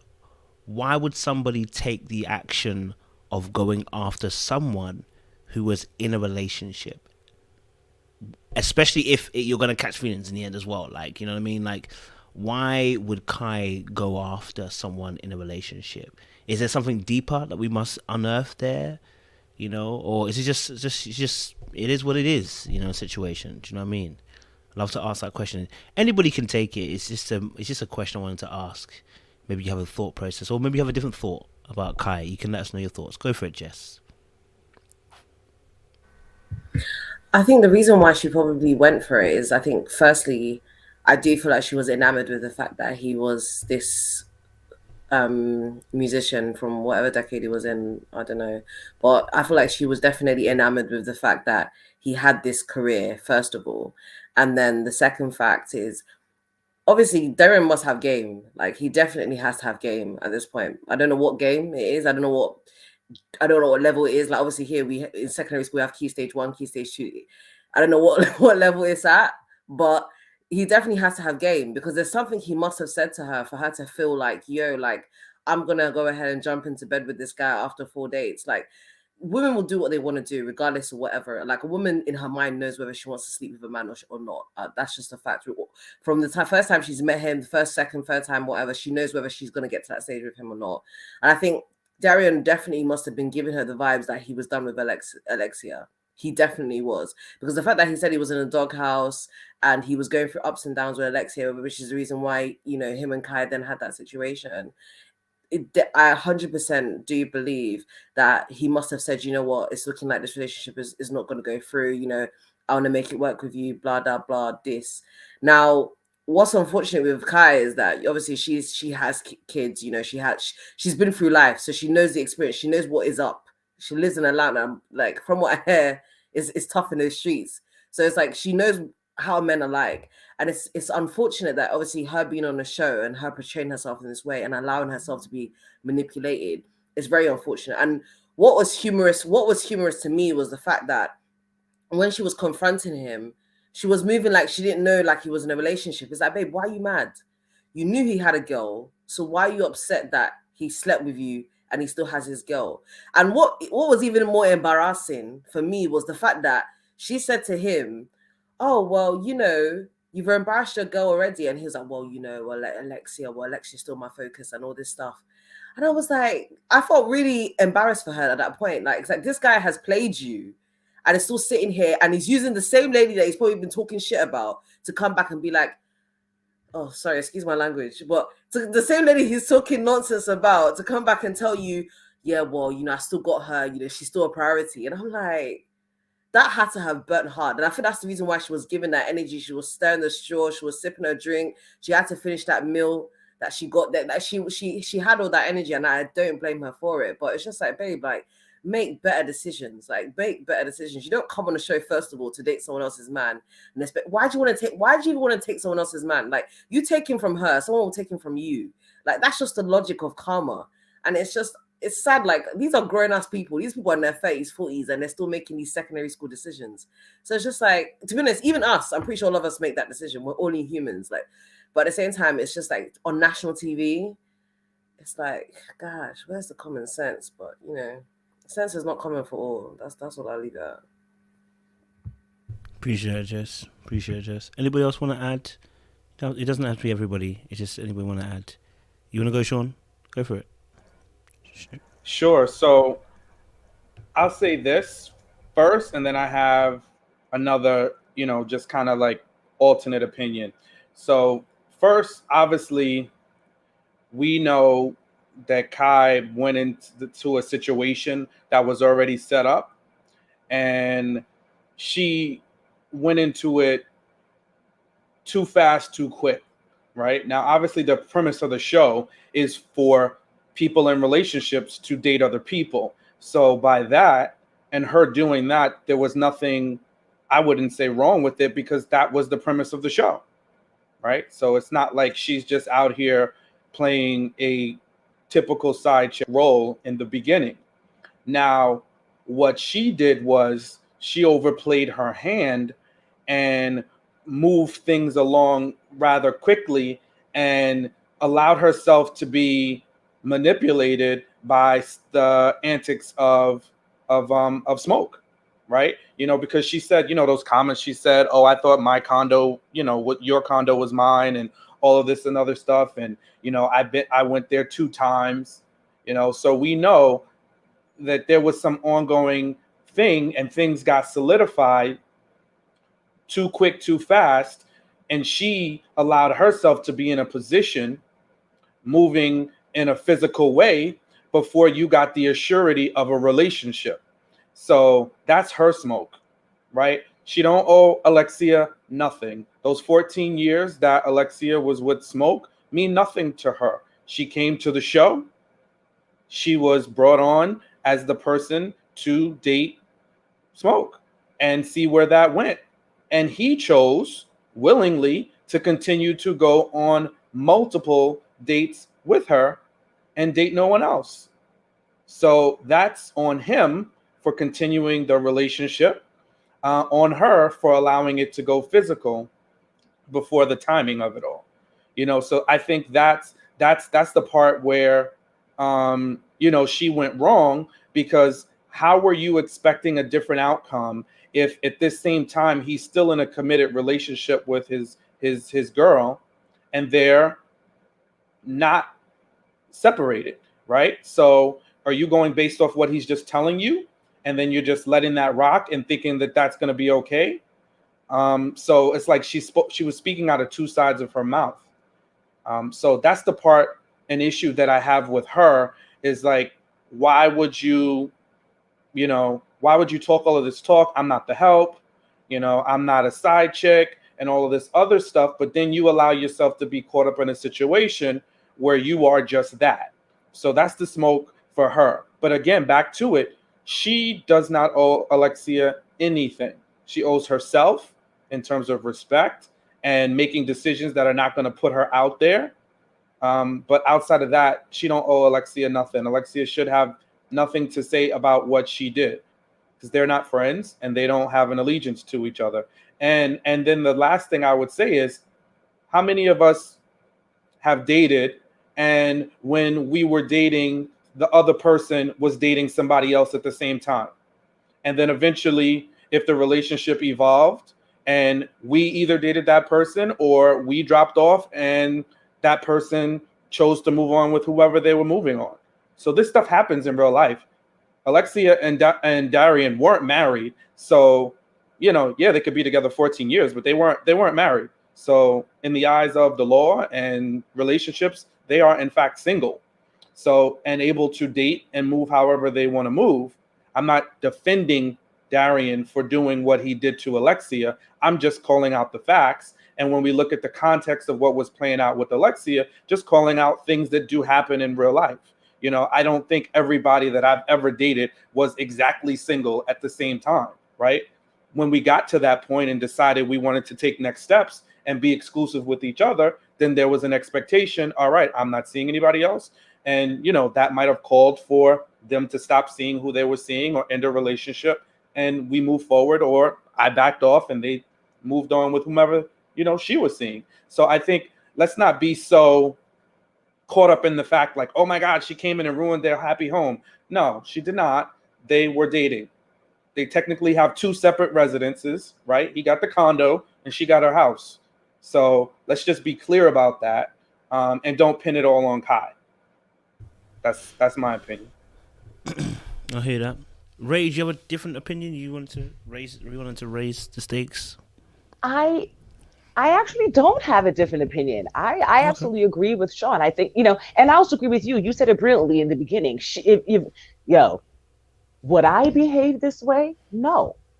But I support 100% that she went all in. She did exactly what her job was to do. And production knows what they're doing. They knew. I mean, wasn't she the only one that he dated pretty much, right? Like he met her one time and that was it.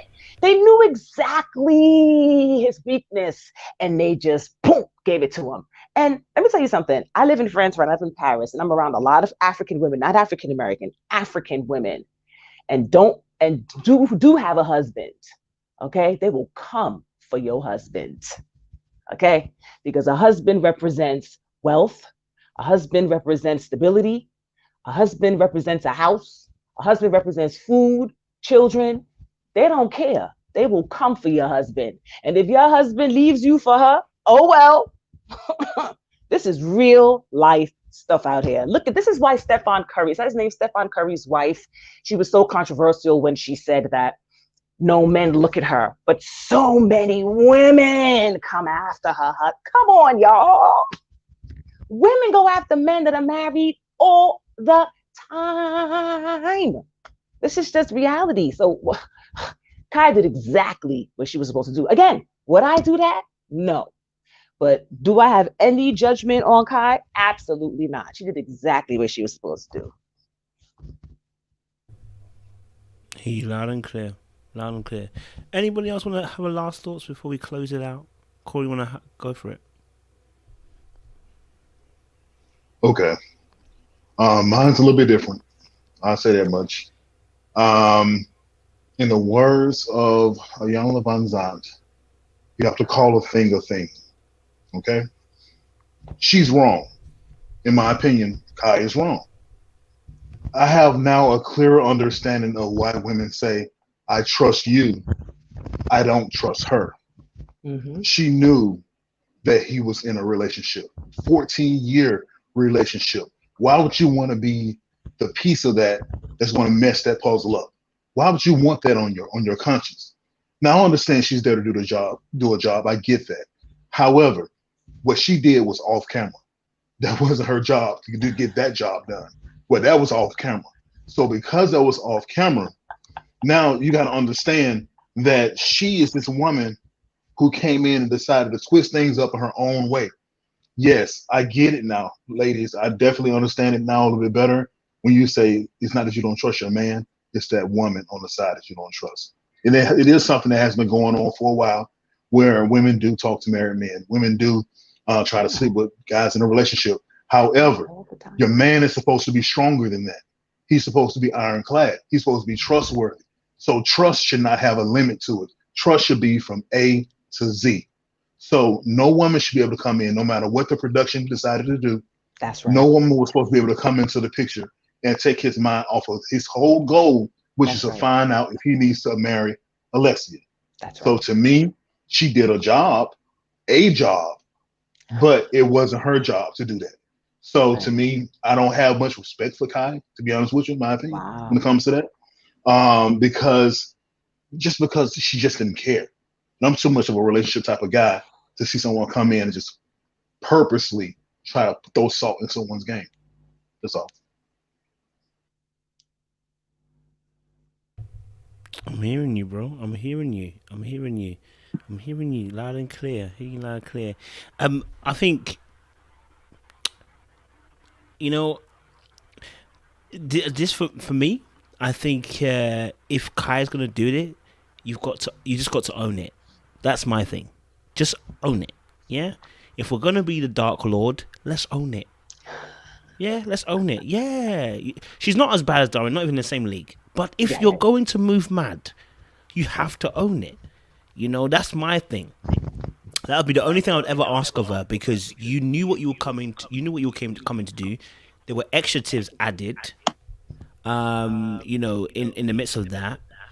And, you know, you did your job a little bit too well. Someone might say, right? So that's the only thing I would ever ask for Kai to do. It's just own what you did. You know what I'm saying? And that means say, hey, look, I'm not gonna lie to you. This is what happened. I wanted to do this, and it is what it is. Like I don't. And it's obvious. Like I said, to do this, you have to not care. Like to put yourself in a position where you're taking somebody else's partner. I'm telling you now, you have to compartmentalize your mind to do this, okay? And then you have to reduce the emotions that you're feeling at that moment towards other human beings. It's a very dark process to get to, you know. It's very easy to get there, but it's a very dark process when you actually deep the logic of what you're actually doing. You're telling yourself, I don't care what the other person feels. I don't care about Alexia and how she feels. Because as far as I'm concerned, it's about what I want in...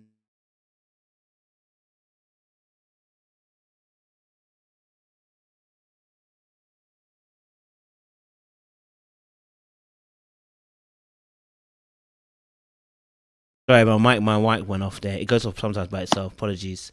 But I was just saying, obviously, you have to compartmentalize your mind to do this, like, in order to get to that space. And the reason I'm saying that because, like I said, I don't know if any of the fellas can testify this. If you've ever taken somebody else's girl before, yeah, you do not consider the man.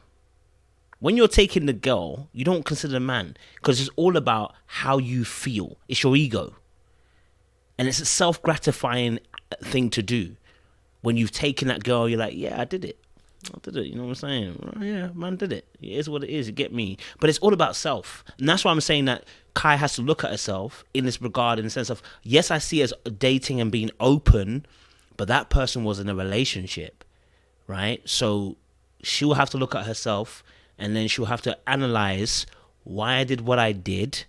And if she can be honest with herself, hey ho, life will be sweet. If she can't, she may find herself there again another time with somebody else's husband or somebody else's partner.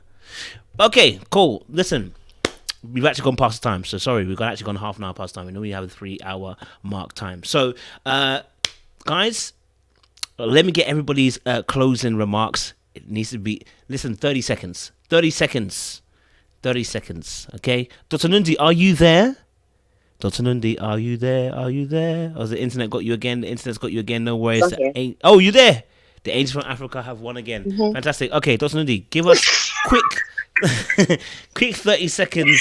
Your last words. Quick 30 seconds. Okay.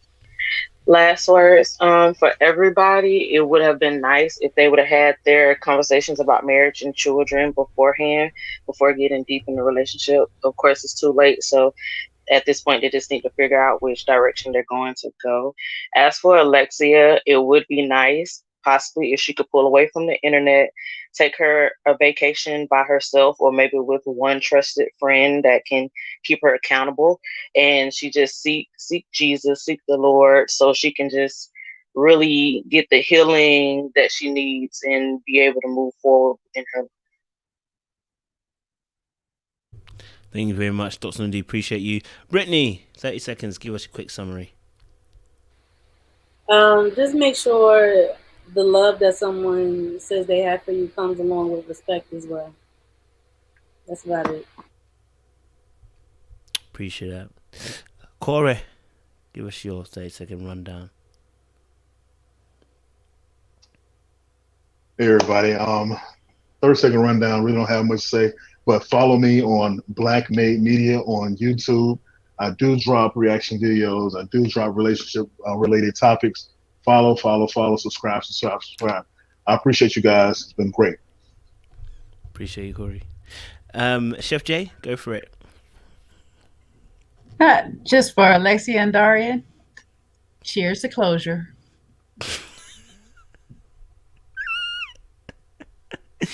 Oh, I'm done. Drew, shake a little bit of a table for us in 30 seconds. Go on. Actually, I think our conversation covered things. I would say for Jess and Eric, just now. For Laronda and Sean, it's a maybe if they can get it together. And for Alexia and Darian, especially for Alexia, you're a free girl. Run along. Just run. I hope she doesn't take him back, but I just want her to be free and embrace this new her, this new chapter in her life. Thank you very much, Drew. Appreciate it. Ray? Thank you so much. Thanks for the opportunity. I don't really have much to say. I'm going to follow the lead of Mr. Corey. Yeah, please follow me on YouTube at Ray Agwe. I don't do any reaction videos or anything like that. I just, live a life as an artist in Paris, a Black girl from Brooklyn, and I take you on my journey. And my last video I just did is the best places to shoot the Eiffel Tower and get the best photos. And join me over there. I'd love to have you. And thanks again, Kojo. Thank you. So, Ray. No worries at all. Jess? Jess is like, I'm done out here. Well, I'll say one thing. I'll say is just like, family, when you see the red flags, address the situation. If you can't fix it, leave. And ultimately, family, if you do clownish is going to come back to bite it. That's it. Beautiful, Jess. Thank you. Now, Sean, you have a minute because you are the one who summarizes with the benediction for us, so we can leave this place spirit-filled. Go for it, sir. So, I'll just try to sum it up pretty quick. In the terms of the couples, let's get down to the meat of it, right? You guys have been in this for a long enough time. Get to the meat, get to the substance. What do you want to do, right? What do you want to do? And we are looking at you to figure it out. And from everything that I'm seeing, most of these people probably need to exit stage left. These relationships are not set up for success. I don't see anyone's relationship, from my opinion, that's ready for success, right? But for those on the other end, as they're watching and hearing our words, we love you. But and part of love is accountability. Part of love is telling you when you're wrong. I love this platform, and there are no echo chambers here. So if production is out there watching, if anybody's watching, we got opinions. Everybody's on the show, right? You televise the show for us to watch. That's what we're doing. So respect us, respect this platform, because this is what we're doing. And guess what? At the end of the day, we're bringing numbers to your platform. So respect us, respect Kojo, and if you really wanna do something, cut a check. I don't think nobody over here is resistant to a check. So you wanna tell us what we should do, what we should say, how we should say it? Cut them checks, and let's see where the chips fall. But until then, we got opinions over here, and we're gonna tell you how we think. We're gonna tell you in love, and sometimes the love is nice, and sometimes the love is a little sharp. So we love you, all of you, right? For all the castmates, we love you. We're telling you this from a place of love, because many of us have had similar experiences. We want you to do better, because we seeing stuff that's just moving crazy. So ain't nobody gonna piss on my leg and tell me it's raining.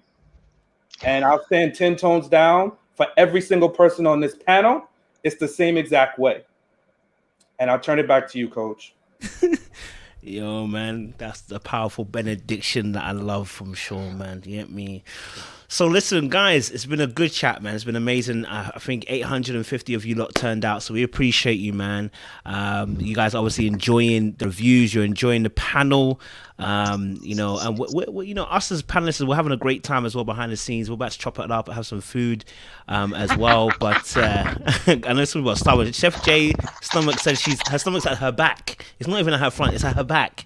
She's been holding this hunger she has. You know what I'm saying? So we're gonna jump off, and we appreciate you guys. Honestly, we appreciate the audience, because you guys turn out. You come in the comment section, it's funny, it's jokes, you give different points of view.